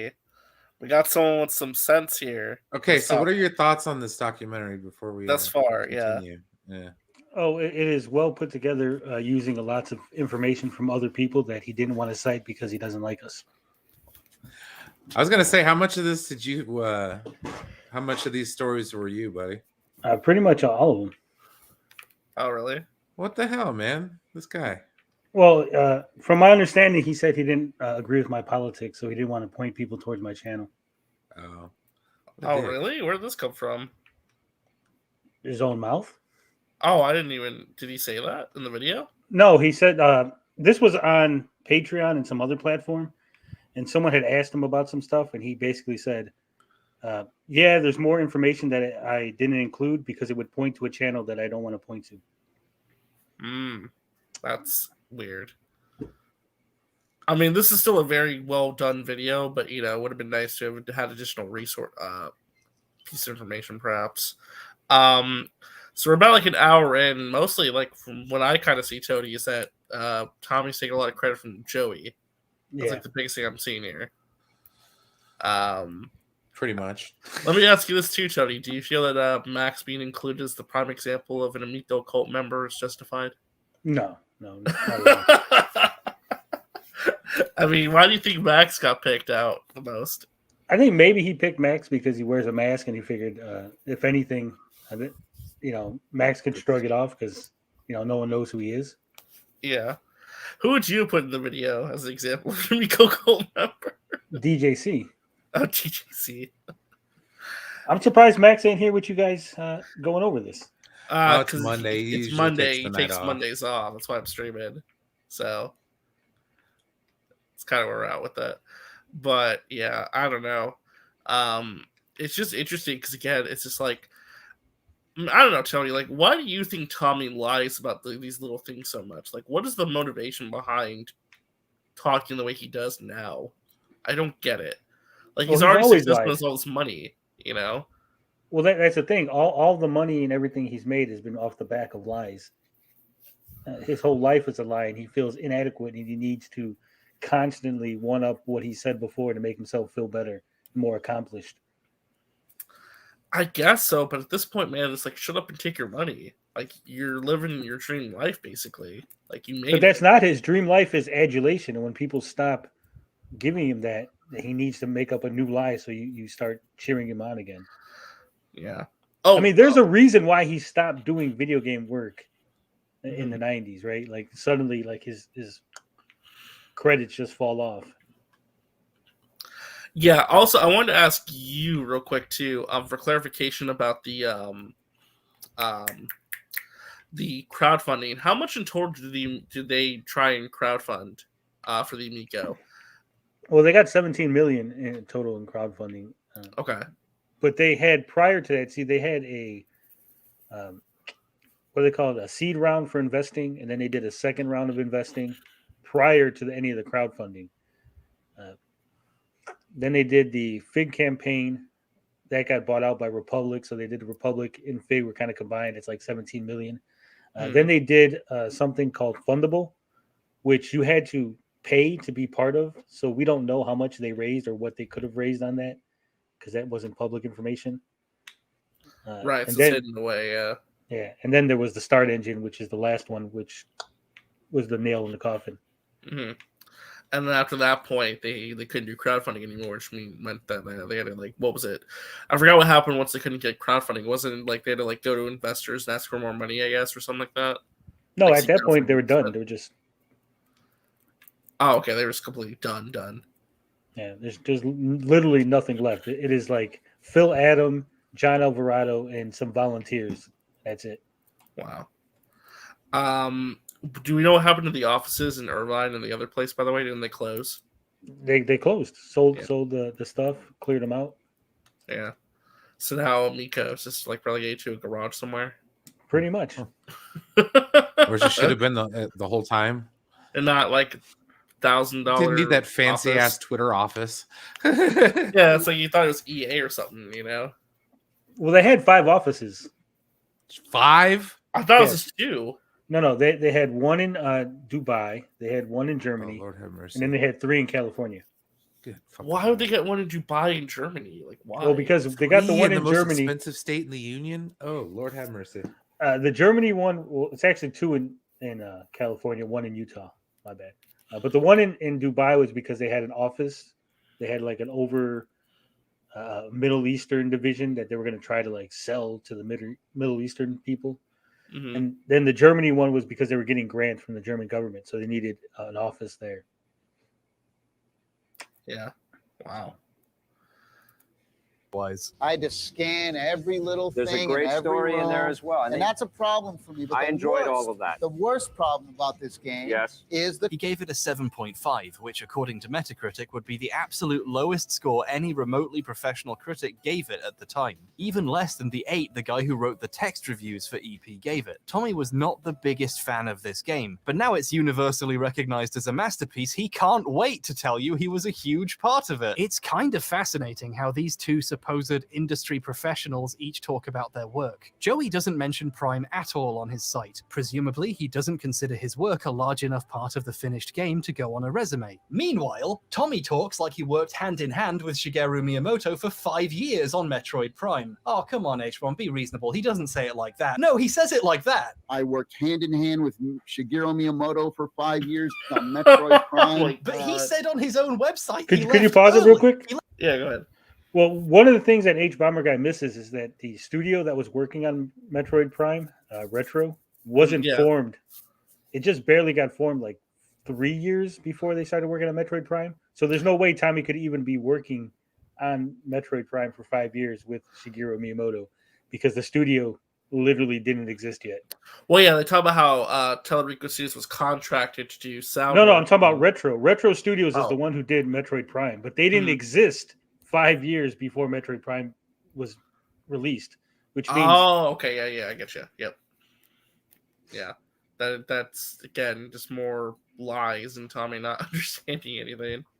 Left so early they forgot to put him in the credits. He knows he's not telling the truth when he says this. Okay, look, maybe I'm just a gaming racist, but is it okay at this point to call this an obvious lie? It must be very difficult to work hand in hand with someone on a game they famously did not work on very much. Retro Studios is based in Texas. Miyamoto was a distant producer who occasionally gave notes. Several former Retro employees have even suggested he gave Metroid to a new company in America that hadn't made any games yet because he didn't like Metroid that much. Some insinuating he didn't really get Metroid's type of gameplay. Miyamoto pawned off IPs like this repeatedly, actually. He visited Rare one day and made them turn a game they were making into a Star Fox game because he had no idea what else to do with Star Fox. And we all know how that turned out. It's actually pretty good. People are just mean. Prime is great, but it happened because Miyamoto outsourced an IP he didn't like to a bunch of Americans so he didn't have to think about it, which gives very different implications to Miyamoto asking Tommy to do the sound effects. So now almost every game he's bragged about working on has turned out to be a gross exaggeration. The only other games he talks about are Earthworm Jim and Aladdin. I guess there's one more,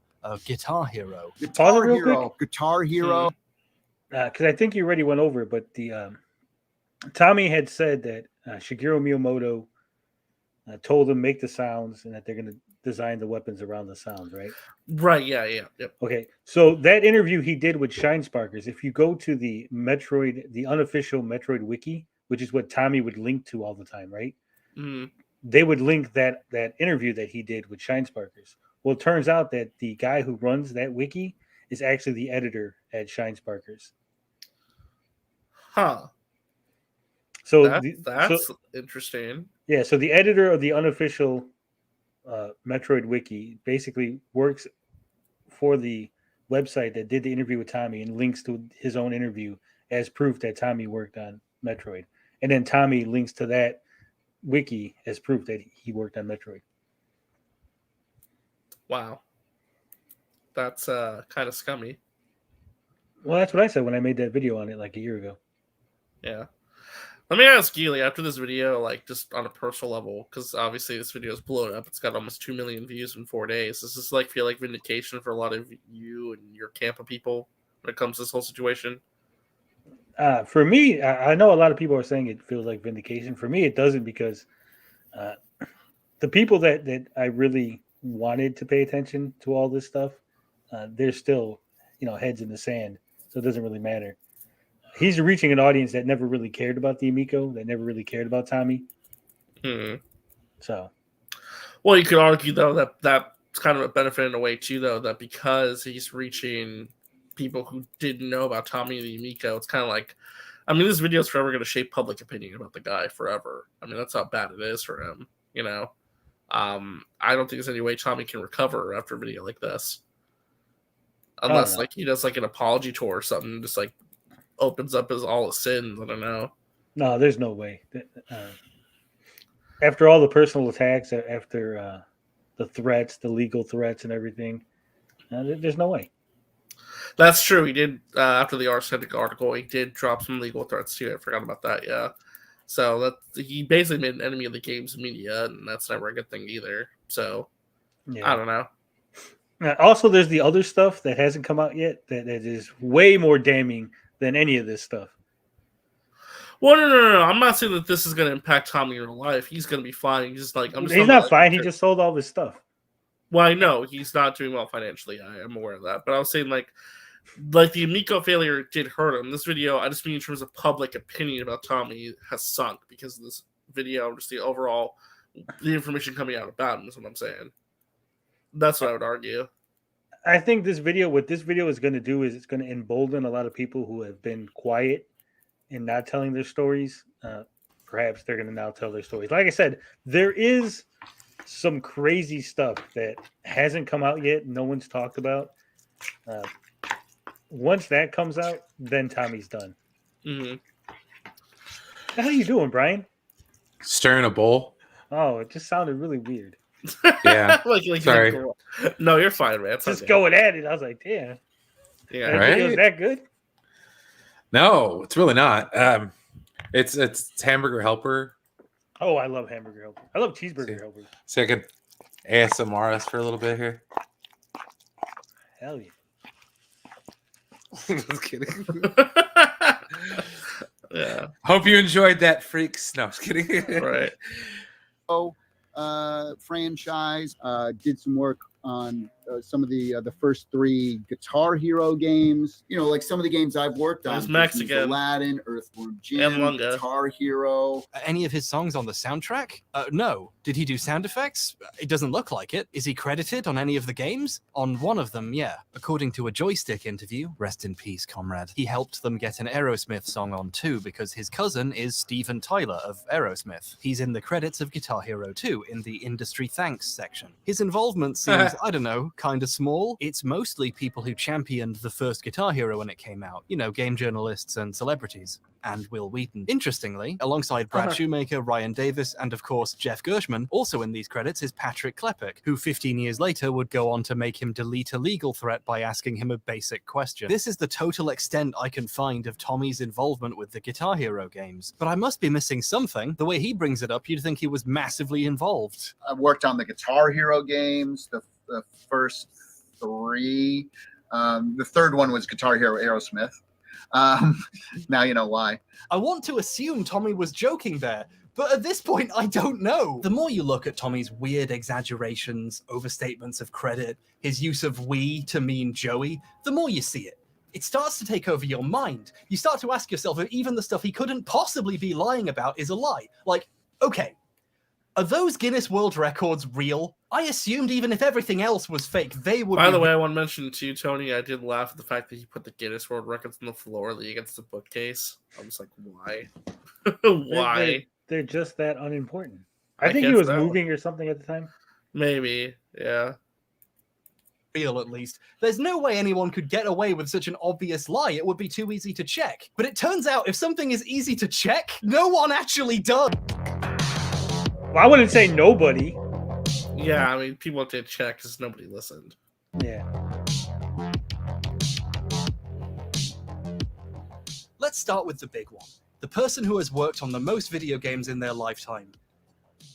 That's what he calls it, at least. I hold the Guinness World Record for the person who's worked on the most video games in their life. My mother's very proud. The person who's worked on the most video games in their lifetime. My mother's very proud for the person who's worked on the most video games in a lifetime. Pause it real So quick. that was pretty cool. Yeah. My mother's very proud for the. All right, So, so like, marketing speak? yeah, well, that's he repeats himself all the time. But that footage was from an interview with Rock Solid. I think it's Rock Solid Productions. He was very upset. He didn't get permission.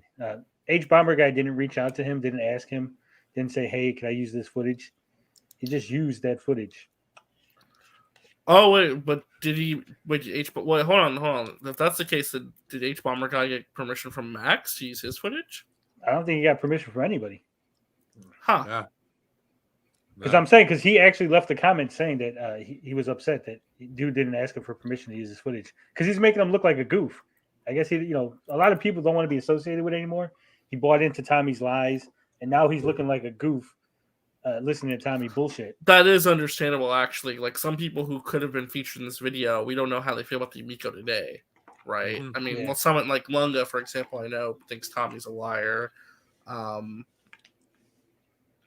and all that. And I mean, he could have easily just cut it where we just saw the Tommy part and not the everyone else. Right. That's the other thing too. He could have done that. No, that's.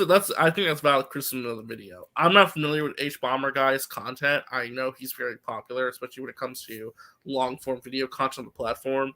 But that is true. I do feel like. But again, do you feel like maybe he didn't reach out because he was like he wanted this stuff in there, but he knew if he asked, some people would ask no, and then his video wouldn't be as entertaining, I guess is the word for it.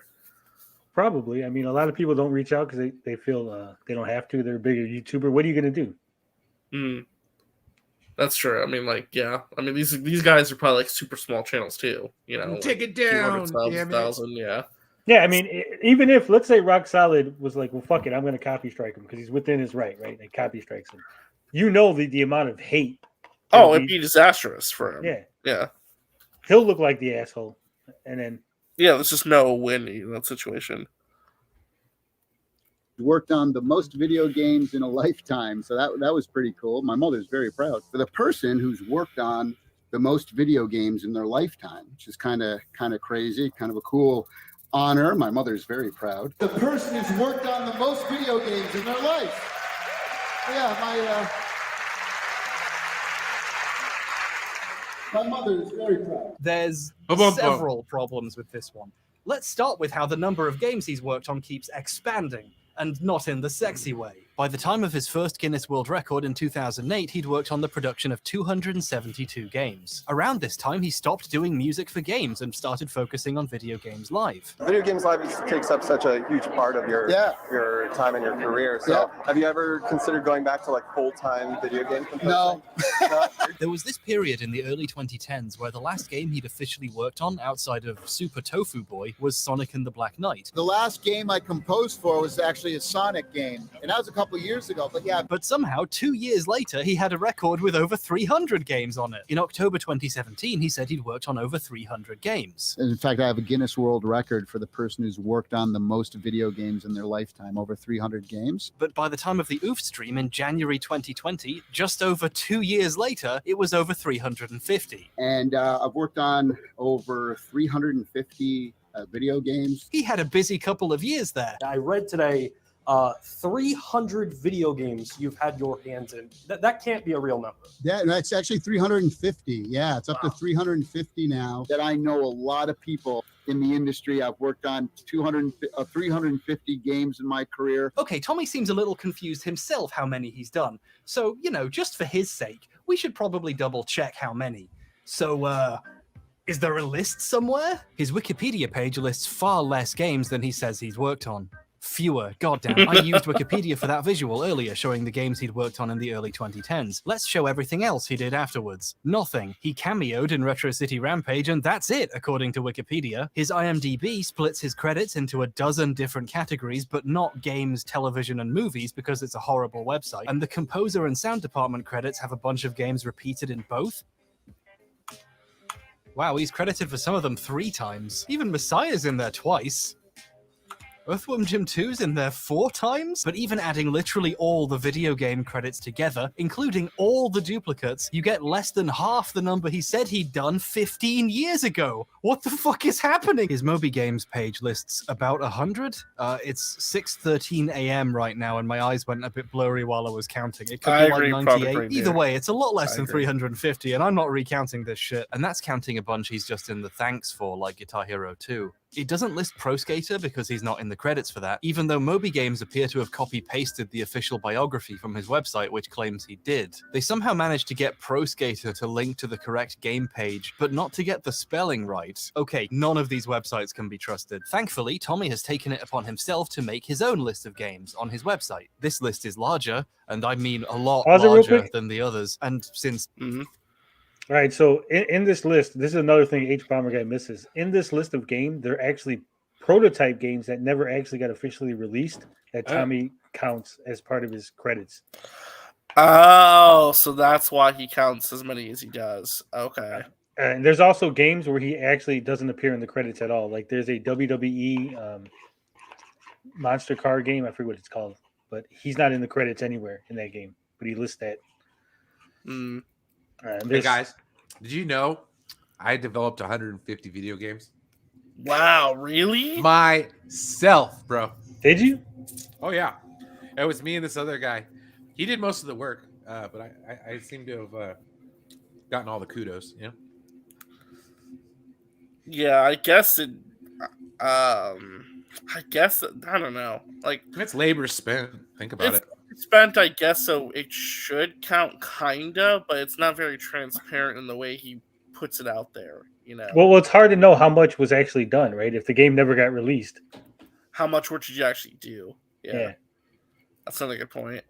I mean, he could have just been contracted, and then the game got canceled, and then he never actually did any work for it. He still counts it. Right.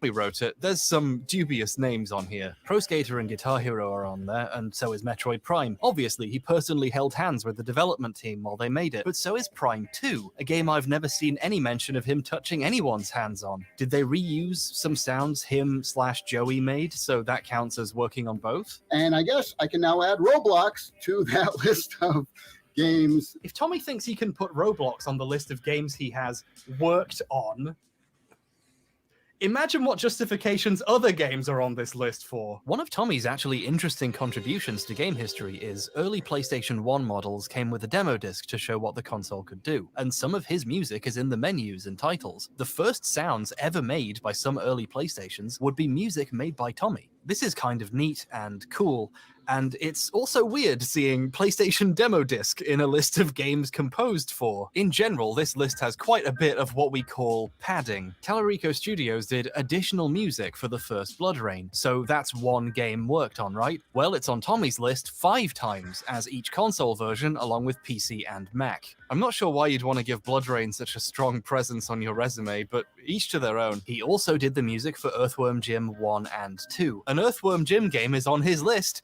18 times. Super Tofu Boy, a free Flash. He's not actually credited for Earthworm Jim 1, if I remember correctly. Someone else's name on it, and Tommy claims it was because of quote-unquote legal reasons. Legal reasons like what? Do you ever clarify? He said something about because he left one studio, and so he couldn't officially claim to have worked on the game, but he really did, and that's why the other guy's name is on it. But there was only Tommy's story. So what Earthworm Jim game is he credited for? 2. Only 2. Okay, and that's for composing or just or sound design as well? I think it's just composing. Okay. And then like the Aladdin that he quote unquote composed for, actually the original Aladdin composer from the movie for Disney wrote a bunch of new songs, and Tommy just took those and turned them into 16-bit versions. That was his contribution to that. Interesting. Matt, you're saying HBomberGuy will take that and run with it as a negative because it's unprovable. Yeah, I mean, there's some things in here you could sort of see as like there's definitely some loopholes in logic or like things that could be like misconstrued a certain way, I guess. I mean, yeah. Game Peter made he donated music to is on here twice. You can run Flash games on the Mac too? Wow, that's an extra game worked on. Fuck you, Tommy. But even counting all of this, all the games he wasn't credited for but still puts on his list, the multiple times the same game is counted across many different consoles or computers or demo discs as specific games worked on, it's still a lot less than the number he says. If you decide to be a bit mean and remove all the repeat games, you get around 175, almost 100 less than his first Guinness World Record said 15 years ago. So yeah, no, man, I understand. Like, you know, you've been subject to like what you would like, what we could call a lot of this is really out of context. Like, he's really, I mean, this guy is pushing a narrative. Like, I get it. No, I get it too, but like the issues that Tommy, like, I think the issue is too is like we know we're a lot closer to the situation than other people too, so we have a certain perspective on this based on our own history and what we've conducted and seen with our own eyes. So that kind of influences a little bit of like how we're gonna view it a little bit, because I do think there's good information in here, right? So it's just a matter of like how that information's used or like if it's trying to push a certain narrative, if that makes sense. Yeah. And yeah, I mean, sometimes that's part of the problem too. You go for the joke rather than the truth, but there's definitely stuff like this. There's a good amount of research done here. Like, there's a lot of research that went into this. Now, could there have been more done? As Tony mentioned, also crediting people who maybe did some extra work. Does that you have more context? Yeah, that's a valid criticism, I do feel like. So either he stopped updating his website and IMDb, Moby Games, Wikipedia, and everywhere else also stopped tracking the games he worked on, or, Bob, forgive me, the first American to ever work on Sonic is exaggerating again. In an interview in 2010, he said he worked on 280 video games, which is a Guinness World Record, actually inside the Guinness book as the person who worked on the most video games in their life. This sentence almost made me cut my fucking head off. Tommy isn't actually inside the Guinness Book of World Records he's talking about here. Trust me, I checked. He is, however, inside that year's Guinness Book of World Records Gamers Edition. The Gamers Edition is full of more game-centric records. Notice that it's also much smaller and the print quality is much worse, and generally it's a lot less prestigious than being in the actual book. My producer, Kat, left a comment on that line in the script saying, it's a bit like saying you gave a TED talk when really you just gave a TEDx talk. Not realizing how fucking funny she was being, because Tommy has done a TEDx talk. My mother's very proud. When his biography on his website calls it a TED talk. He is exactly that guy. She is so cool. I love her. Tommy is at least featured in the Gamers Edition. It's a 2-page interview about his career and Video Games Live. At the beginning of the interview, the author claims Tommy has worked on more game soundtracks than anyone else. They don't say how they verified this or provide the list of games. It seems a bit like Tommy just told the interviewer this in the interview and they repeated it as a factoid, assuming it was true, because why would someone tell such an obvious lie? Whatever evidence he has backing up his claim is becoming difficult to find. Luckily, this wasn't too expensive on eBay. Supplies are quite low, but the demand... it's just me, basically. I mentioned how surprisingly cheap these were to Mandalore Gaming, and he started bulk buying them to leave in Airbnbs he stays in, like a sort of gamer-dian Bible. So if they seem more expensive now, it's because he's artificially inflated the price. Speaking of artificial inflation, even if the amount of games Tommy says he's worked on was completely true, there are still people who've worked on way more games. The record is just wrong. Even Guinness at some point recognized this. They actually changed the wording of the record at some point after he first got it. The person's credited working on the most video games is Tommy Tallarico, who has been involved in the production of 232 commercially released titles. It's not person who has worked on the most games in a lifetime anymore. It's most prolific composer of game soundtracks. The Guinness website says that now, and the updated versions of Tommy's plaques say that too. So Guinness have done their best to correct this mistake. Tommy, however, has continued using the original name anyway for over a decade. In fact, I own the Guinness World Record for the person who's worked on the most video games in their lifetime. My mother's very proud. Another one of those sweet little lies we've become accustomed to Tommy using. Although I can kind of understand this one, because the new name is even more obviously a lie. I know for a fact Tommy has not made 280 video game soundtracks. We need to acknowledge just how bonkers this clip is. He's saying most video games in a lifetime while showing footage of the new record with a different name. Bonus points for the fact the record says more than 300 games, but then it cuts to a list he wrote with less than 300 games on it. And just in case it needs to be said, no, Guinness are not a real record-keeping organization. They're a novelty book company. It's already a pretty common joke that most of their records are just silly stuff someone made up so they can have a record. Like, most baseball bats broken in 1 minute. That's a silly one I just made up now. Just kidding, it's real. I don't really mind if Guinness track a bunch of silly records. It's just a bit of fun, really. But they are an utterly for-profit organization, not just in terms of sales of books, but also sales of records. Guinness has an entire subsection on their website dedicated to business marketing solutions, promising they can help with PR and marketing campaigns, complete with a case studies section showing over a dozen pages of companies they got attention for by helping them come up with a new record to break, like Canon with its longest digitally printed photograph. If you have the money, you can pay them to help you break a record. I have my suspicions a lot of the silly record holders didn't know that, RJ? independently wealthy people. You I know, kind of heard something about this, like you could pay to be included if you like, but no, I didn't know a lot about this. But like how it actually we worked. need to get our money together, boys and girls. Get a record. Let's get a world record. Let's get like let's figure out some obscure shit to have a world record. Well, it's 10K. So. Let's do a longest live stream ever done in one day. That's right. I don't know. 24 hours. Yeah. Does Matt have like a vendetta against HBomberGuy? I don't. Is there a history there? I don't know. Did he talk about the Jay Allard thing already? In this video? Yeah. What was the Jay Allard thing? I don't think we got there. Unless it's further in. There's been a lot of information in this video. No, it's got like a lot. He hasn't got there yet. Okay. Oh, Matt says he doesn't like him. I don't like him. Oh. I've never heard of him. He seems like he's been pretty entertaining to listen to, so I don't really get an issue with him. But you just like his accent. Well, listen, it's a very soothing accent to listen to. It makes makes you sound smarter. I don't know. some people just want a record to call their own to give their empty lives a sense of meaning. Guinness aren't purposefully keeping track of who's broken the most bats or wasted the most money on a Pokemon card. Having a Guinness adjudicator on site to verify and give out the award on the day is super expensive, at minimum $10,000 plus transport and hotel costs. Damn. This stuff gets expensive fast. They aren't a neutral party tracking human achievements, they are a paid service, and many of their record holders are basically just customers. You'll notice that when it became clear someone else should have the record for most games made in a lifetime, they didn't give someone else the record, they changed it to one Tommy was more likely to have. I'm curious how much they charge for this service. Guinness's record search function claims Tommy is involved with 2 more. These are for Video Games Live. What great marketing these must have been. They are most video game concerts performed and largest audience for a live video game music concert. Let's quickly appreciate how sneaky these records are. VGL haven't come close to performing the most concerts,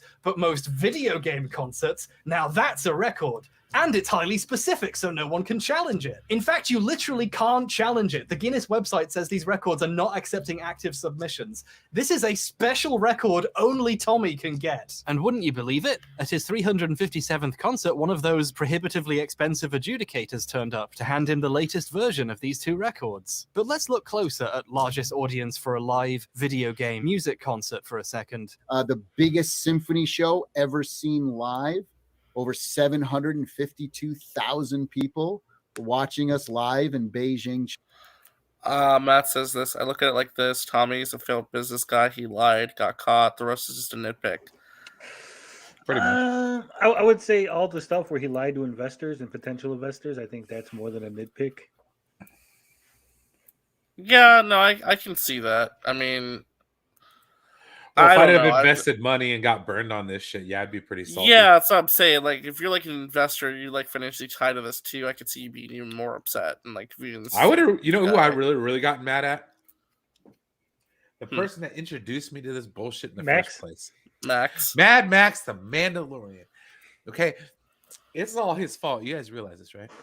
Oh, yeah. So, what do you blame Max more for? The Snyder situation or the Tommy Amica situation? Oh, man. Snyder. Really? The Snyder stuff has caused me so much heartache. The Amico shit, we quit talking about that for a while. But the Snyder shit gets brought up every night, dude. I mean, we don't even have to be talking about it, and somebody be like, "Oh man, what about this?" It's like, mother trucker. And I'm not gonna say anything because I do it too. Okay. But I'm just saying, like, yes, yeah. I would blame him more for the Snyder stuff. Thanks. China. This would be pretty impressive.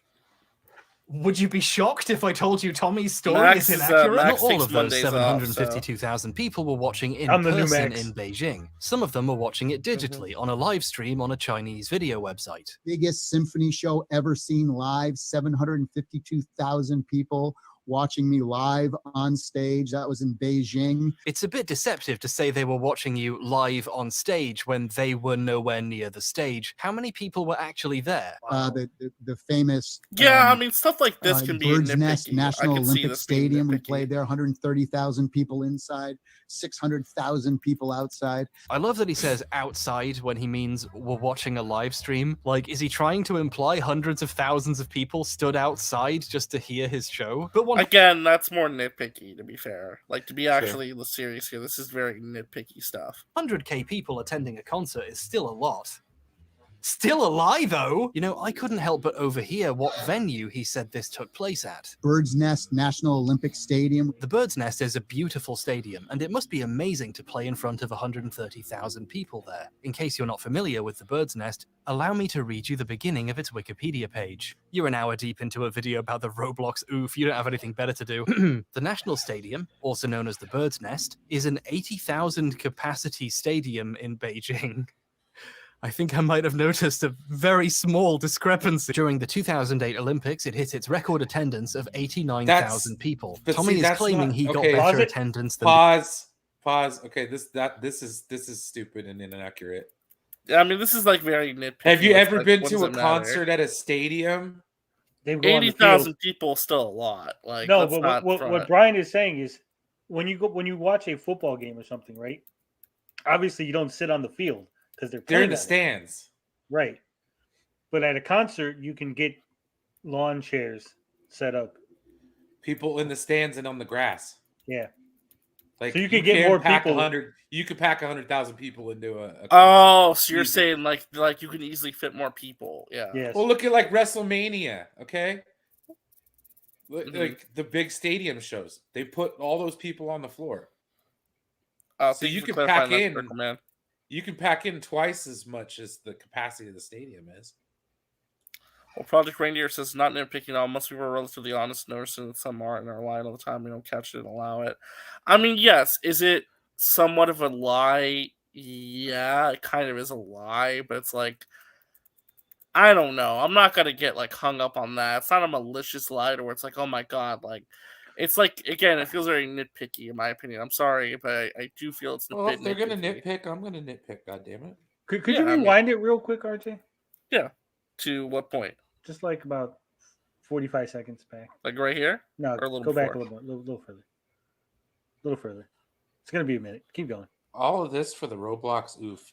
He could have did this in a half a fucking hour, dude. This is still too entertaining, though. Still more? Yeah. Right here? Okay, right there. Start playing it. What? Still a lie, though. I couldn't help but overhear what venue he said this took place. The clip that he showed is two clips. It's a Mikel Casanova interview, right? Mm-hmm. But then it goes in. You got to go further back when he first starts this section.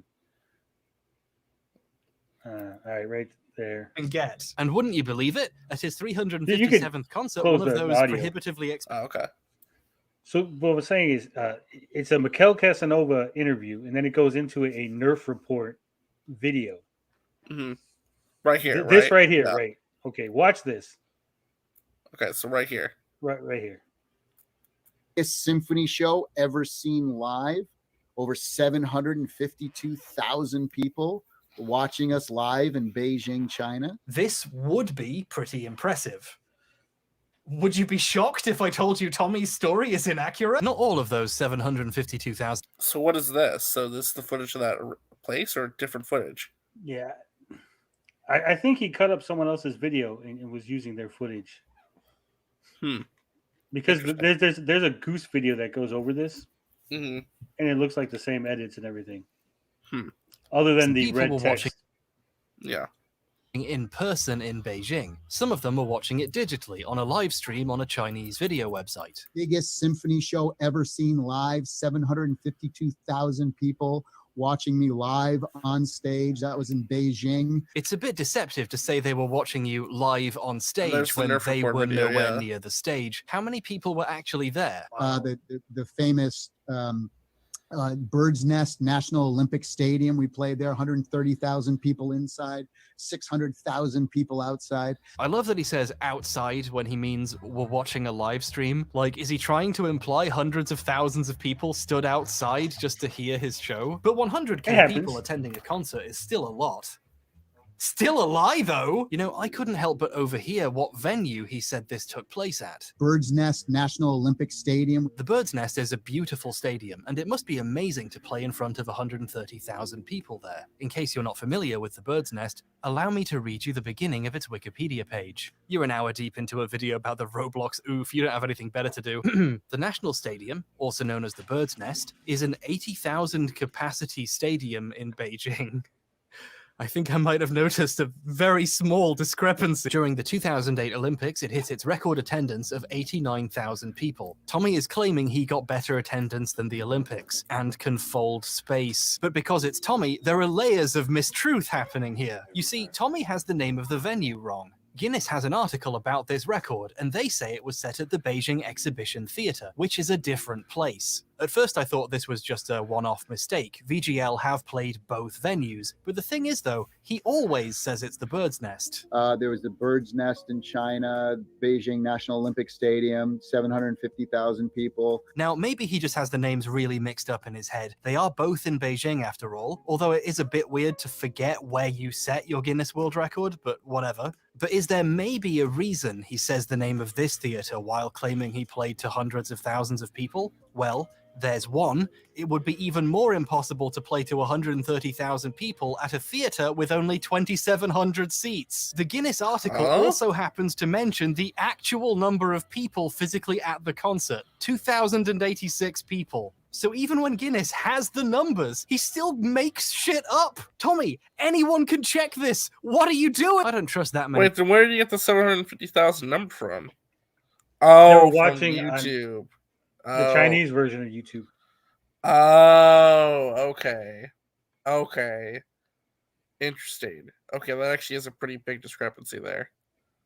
People were watching the live stream either. There's no easily obtainable record of the live viewership from the Chinese streaming platform this appeared on, so we, and apparently also Guinness, just have to take Tommy's word for it that almost exactly 750,000 people. There's no video. Like they just streamed and then like it's gone from. I don't know how their version of YouTube works, but you know our version of YouTube has, you know, you could archive it, get the web archive, see how many watched on the day. Right, yeah, you kind of get there's more information available, yeah, for archive purposes. So I don't know if like the videos just doesn't exist on their version of YouTube or it just didn't look. I don't know how you would even get access to the Chinese version of YouTube either, or if you could even look to it for archive purposes and see what you could find there. No idea. Yeah. It'd be interesting. Watch this live. Oh, yeah, and considering we just caught him lying about this exact thing, I have my doubts. Even though he has a record with a specific number written on it, the number keeps changing. In an interview in the 2017 Guinness Book of World Records, the Gamers Edition, of course, he directly claims over 1 million people saw that show live. I cannot stress this enough. He is literally lying to Guinness about a record Guinness just gave him. I can't fucking believe it. I can't fucking believe it. That's all 3 of the records Guinness appears to have on file Wow. for Tommy Tallarico. Tommy seems to know better, though. His list of awards on his website says he has 4, the 4th one being most video game concerts in a year, a record I cannot find anywhere other than his list of awards and other interviews with Tommy. So I don't know, maybe he has 4. Well, his biography says he currently holds 5, so I don't know, the numbers just keep going up. Can he at least get the record straight on the number of records? Okay, to be fair, he has recently updated it. Lately, he started saying he has 7. I have seven Guinness World Records for different things. So what are all the others? You know, for a guy who, let's be frank, fucking loves bragging about all the shit he's done. I've worked with everybody. I was the first American. Tommy is uncharacteristically modest about saying what these other 4 records are. In a Reddit AMA a few years back, he said he has 7, but just to avoid wasting people's time, he only listed 3 of them. Would you like to guess which 3? When someone directly asks him to list the records, he sheepishly adds most game concerts in a year, but that's it. The others are like ghosts. Tommy, how many Guinness World Records do you have? I have 7. One of the ones I have is the most symphony shows in a single year. But I would say there's 3 big ones. The 3 big ones are most shows, biggest live show ever seen, and then the most video games. So I have a total of 7, but there's 3 big ones. He doesn't even have a riddle prepared for this one. He just refuses to tell people. He's so shy all of a sudden. Luckily for us, in Tommy's investor videos for the Amico, we can see at least 5 of them. So let's just take a look and find out for ourselves. In the center, we have most prolific composer of soundtracks. Okay, can't verify he's done that many games, but we at least know that one. The 2 either side say most video game concerts and largest audience. Those are the 3 we know he has. Now for the mystery ones. To the right, we have the record for the most video game concerts This is the same record. This is the previous version. This one's from 2014 with 293 shows. What about the one on the left? The longest video games live, which has performed 260. These are the same 3 records. It's starting to look like there's a good reason the other 4 records don't get mentioned much. In one house tour he gave in 2017, he has them all laid out on the floor, where they appear to have sat for 5 years now. Look at that dust bunny. And Tommy calls them 7 different Guinness World Records. There's 7 of them. What? 7 different Guinness World Records. So I'm not sure how these can be 7 different records if when you pause the video and look, several of them are the same. And I think when people get too up close and personal with his records, they start to notice this too. Did we In lose this Brian? clip, he talks about 2 of them. Oh yeah, shit. Yeah, I think Brian dipped for some reason. I don't know. Thank you, Brian. If you're, I don't know if his internet cut out if you said it go, but thank you, Brian, for coming on. I appreciate it, man. Sticking through for as long as he did. Yeah, I don't know. I might finish this on my own later, but like overall, Tony, like, what would you say about this whole thing? Because Tommy's a liar. We knew he was a liar. Mm. We've proven that he's a liar. We've showed other lies that HBomberGuy doesn't even go over. All the stuff on Atari Age, stuff that he left in comment sections. Yeah, he directly lied about me to people in order to get them to think certain things about me that were completely untrue. Mm. So, like I said, we knew he was a liar for a long time. I mean, do you think this is gonna like cause people to like even look at him even slightly differently or not? Not really. Most people probably didn't even know who the fuck he was. Let's be honest. They probably don't really care. Yeah, something too.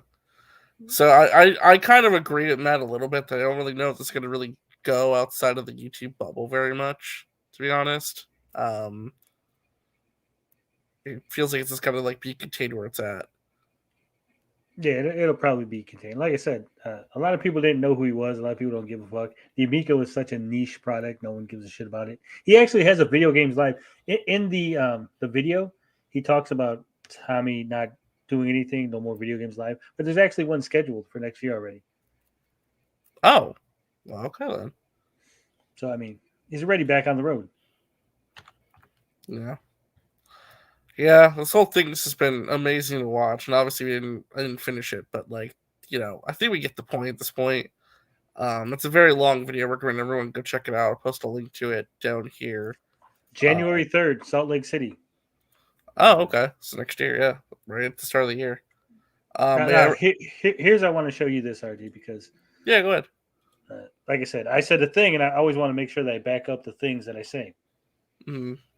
So he said, someone named Lawrence, don't know who the hell this is, but said, yeah, I got to say that devoting any substantial amount of time to this asshole feels kind of obsessive and creepy to me, rather than just putting the info out there and moving on.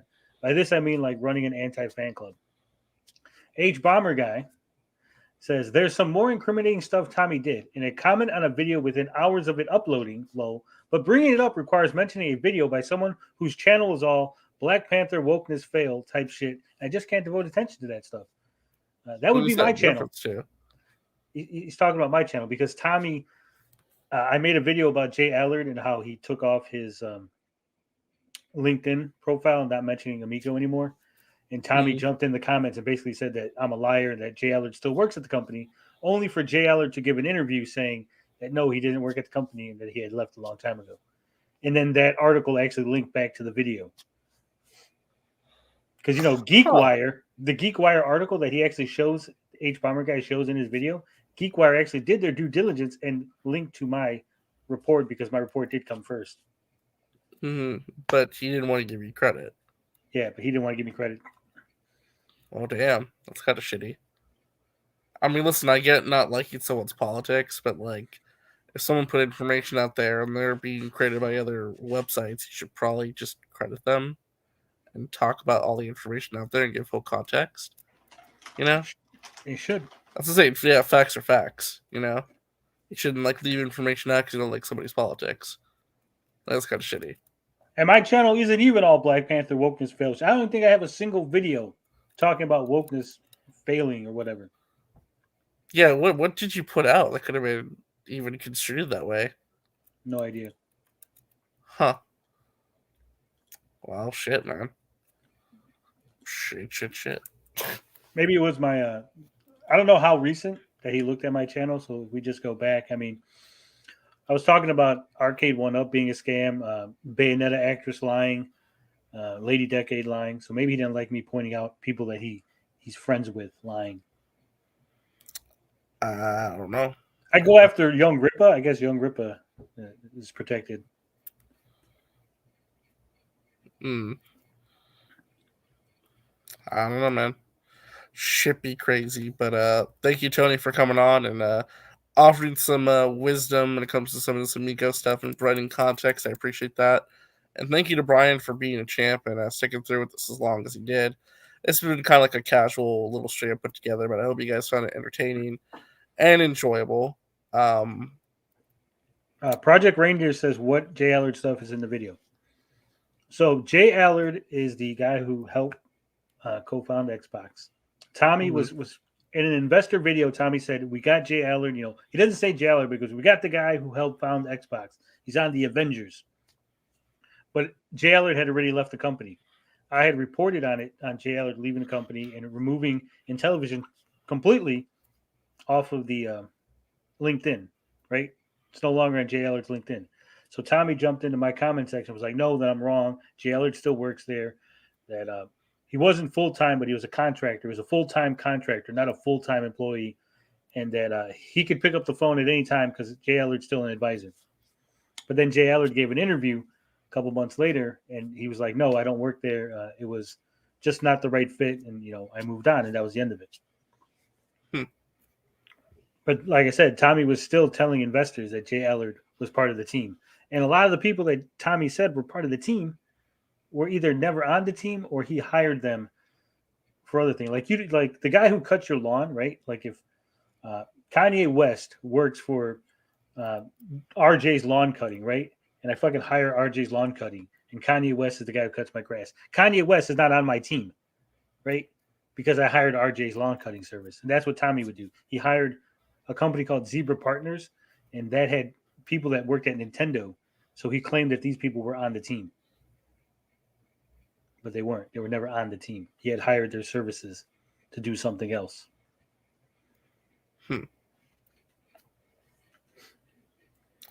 Shit, man. Yeah. Again, it's more lies upon lies. It just kind of like make a giant ball of what the hell's going on.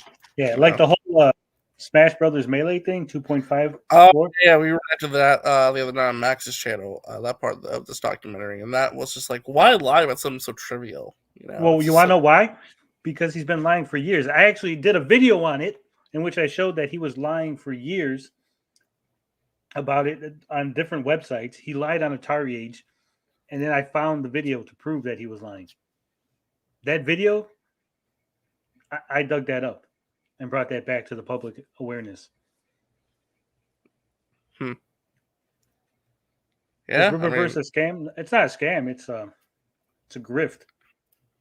I mean, he's delivering a product. It's just not life changing. It's mediocre. Also, shout out to Sweet and Tender Hooligan. He's the reason I popped over here. Oh, well, thank you, Sweet and Tender Hooligan. Thank you for promoting this stream. I appreciate that. I had just finished up on Vito's stream, and he's like, "Hey, RJ and them are talking about the Amico. Jump over there and school them." Well, yeah, we're just having fun. You know, we're just having fun just watching this. It's a very well put together documentary, even if it does leave out some stuff that probably would have been good to include. But it's a very entertaining video. I can see why it's blowing up and trending as much as it is. Yeah, so. And like I said, he purposely didn't include certain things in the video. He didn't include Amico games. He didn't include the Amico subreddit, where a lot of this shit was documented. He didn't include Goose. Goose did a lot of videos detailing a lot of Tommy's lies. Mm-hmm. And I know there's some people, well, that stuff's out there. The information, he could have Googled it. We all know that when he Googled it, when his editor was looking this stuff up, they ran across these videos. They ran across these posts on Amico Reddit, on AmicoGames.com. That's where the information came from, because that would be the most recent information, right? If you go to Google. Yeah, of course. So to act like they didn't get that information from those sources, from these people, it's ridiculous. And if you want to, I don't agree with their politics, well, then fucking don't use the information. Yeah, well, Matt here says he didn't include it because it wasn't something you could spend 30 minutes on nitpicking. No, I mean, he did. He literally said, I didn't include it because I don't like that guy's politics. Yeah, I mean, that screenshot Tony shared with us from a Discord does appear to allude to the fact that he didn't want to include certain things as to promote opposing political ideologies, which that is kind of shitty. I mean, information is information, facts are facts. Like, you're putting together an informational documentary, include everything. That's what I say. But what do I know? I don't make these kind of videos, so it is what it is. But thank you, Tony, for coming on. As I said, I appreciate it. We're gonna wrap things up here. Thank y'all for tuning in. Make sure you hit the like button on the way out. I would greatly appreciate it. And I'll be back again doing a stream on Wednesday. Max should be back tomorrow night as well. So tune in for that for more enemy goodness. And subscribe to RJ. Get him the 1K already. Yeah. Subscribe to my channel too. I gotta do a better job about that. Hold on. Let me link to it because I'm at 302 subs right now. Getting close to the I hit 300. I'm proud of that. But let's get to 1K already. I agree. Let's get to 1K already. So thank you all so much for watching, and we are gonna get the heck out of here.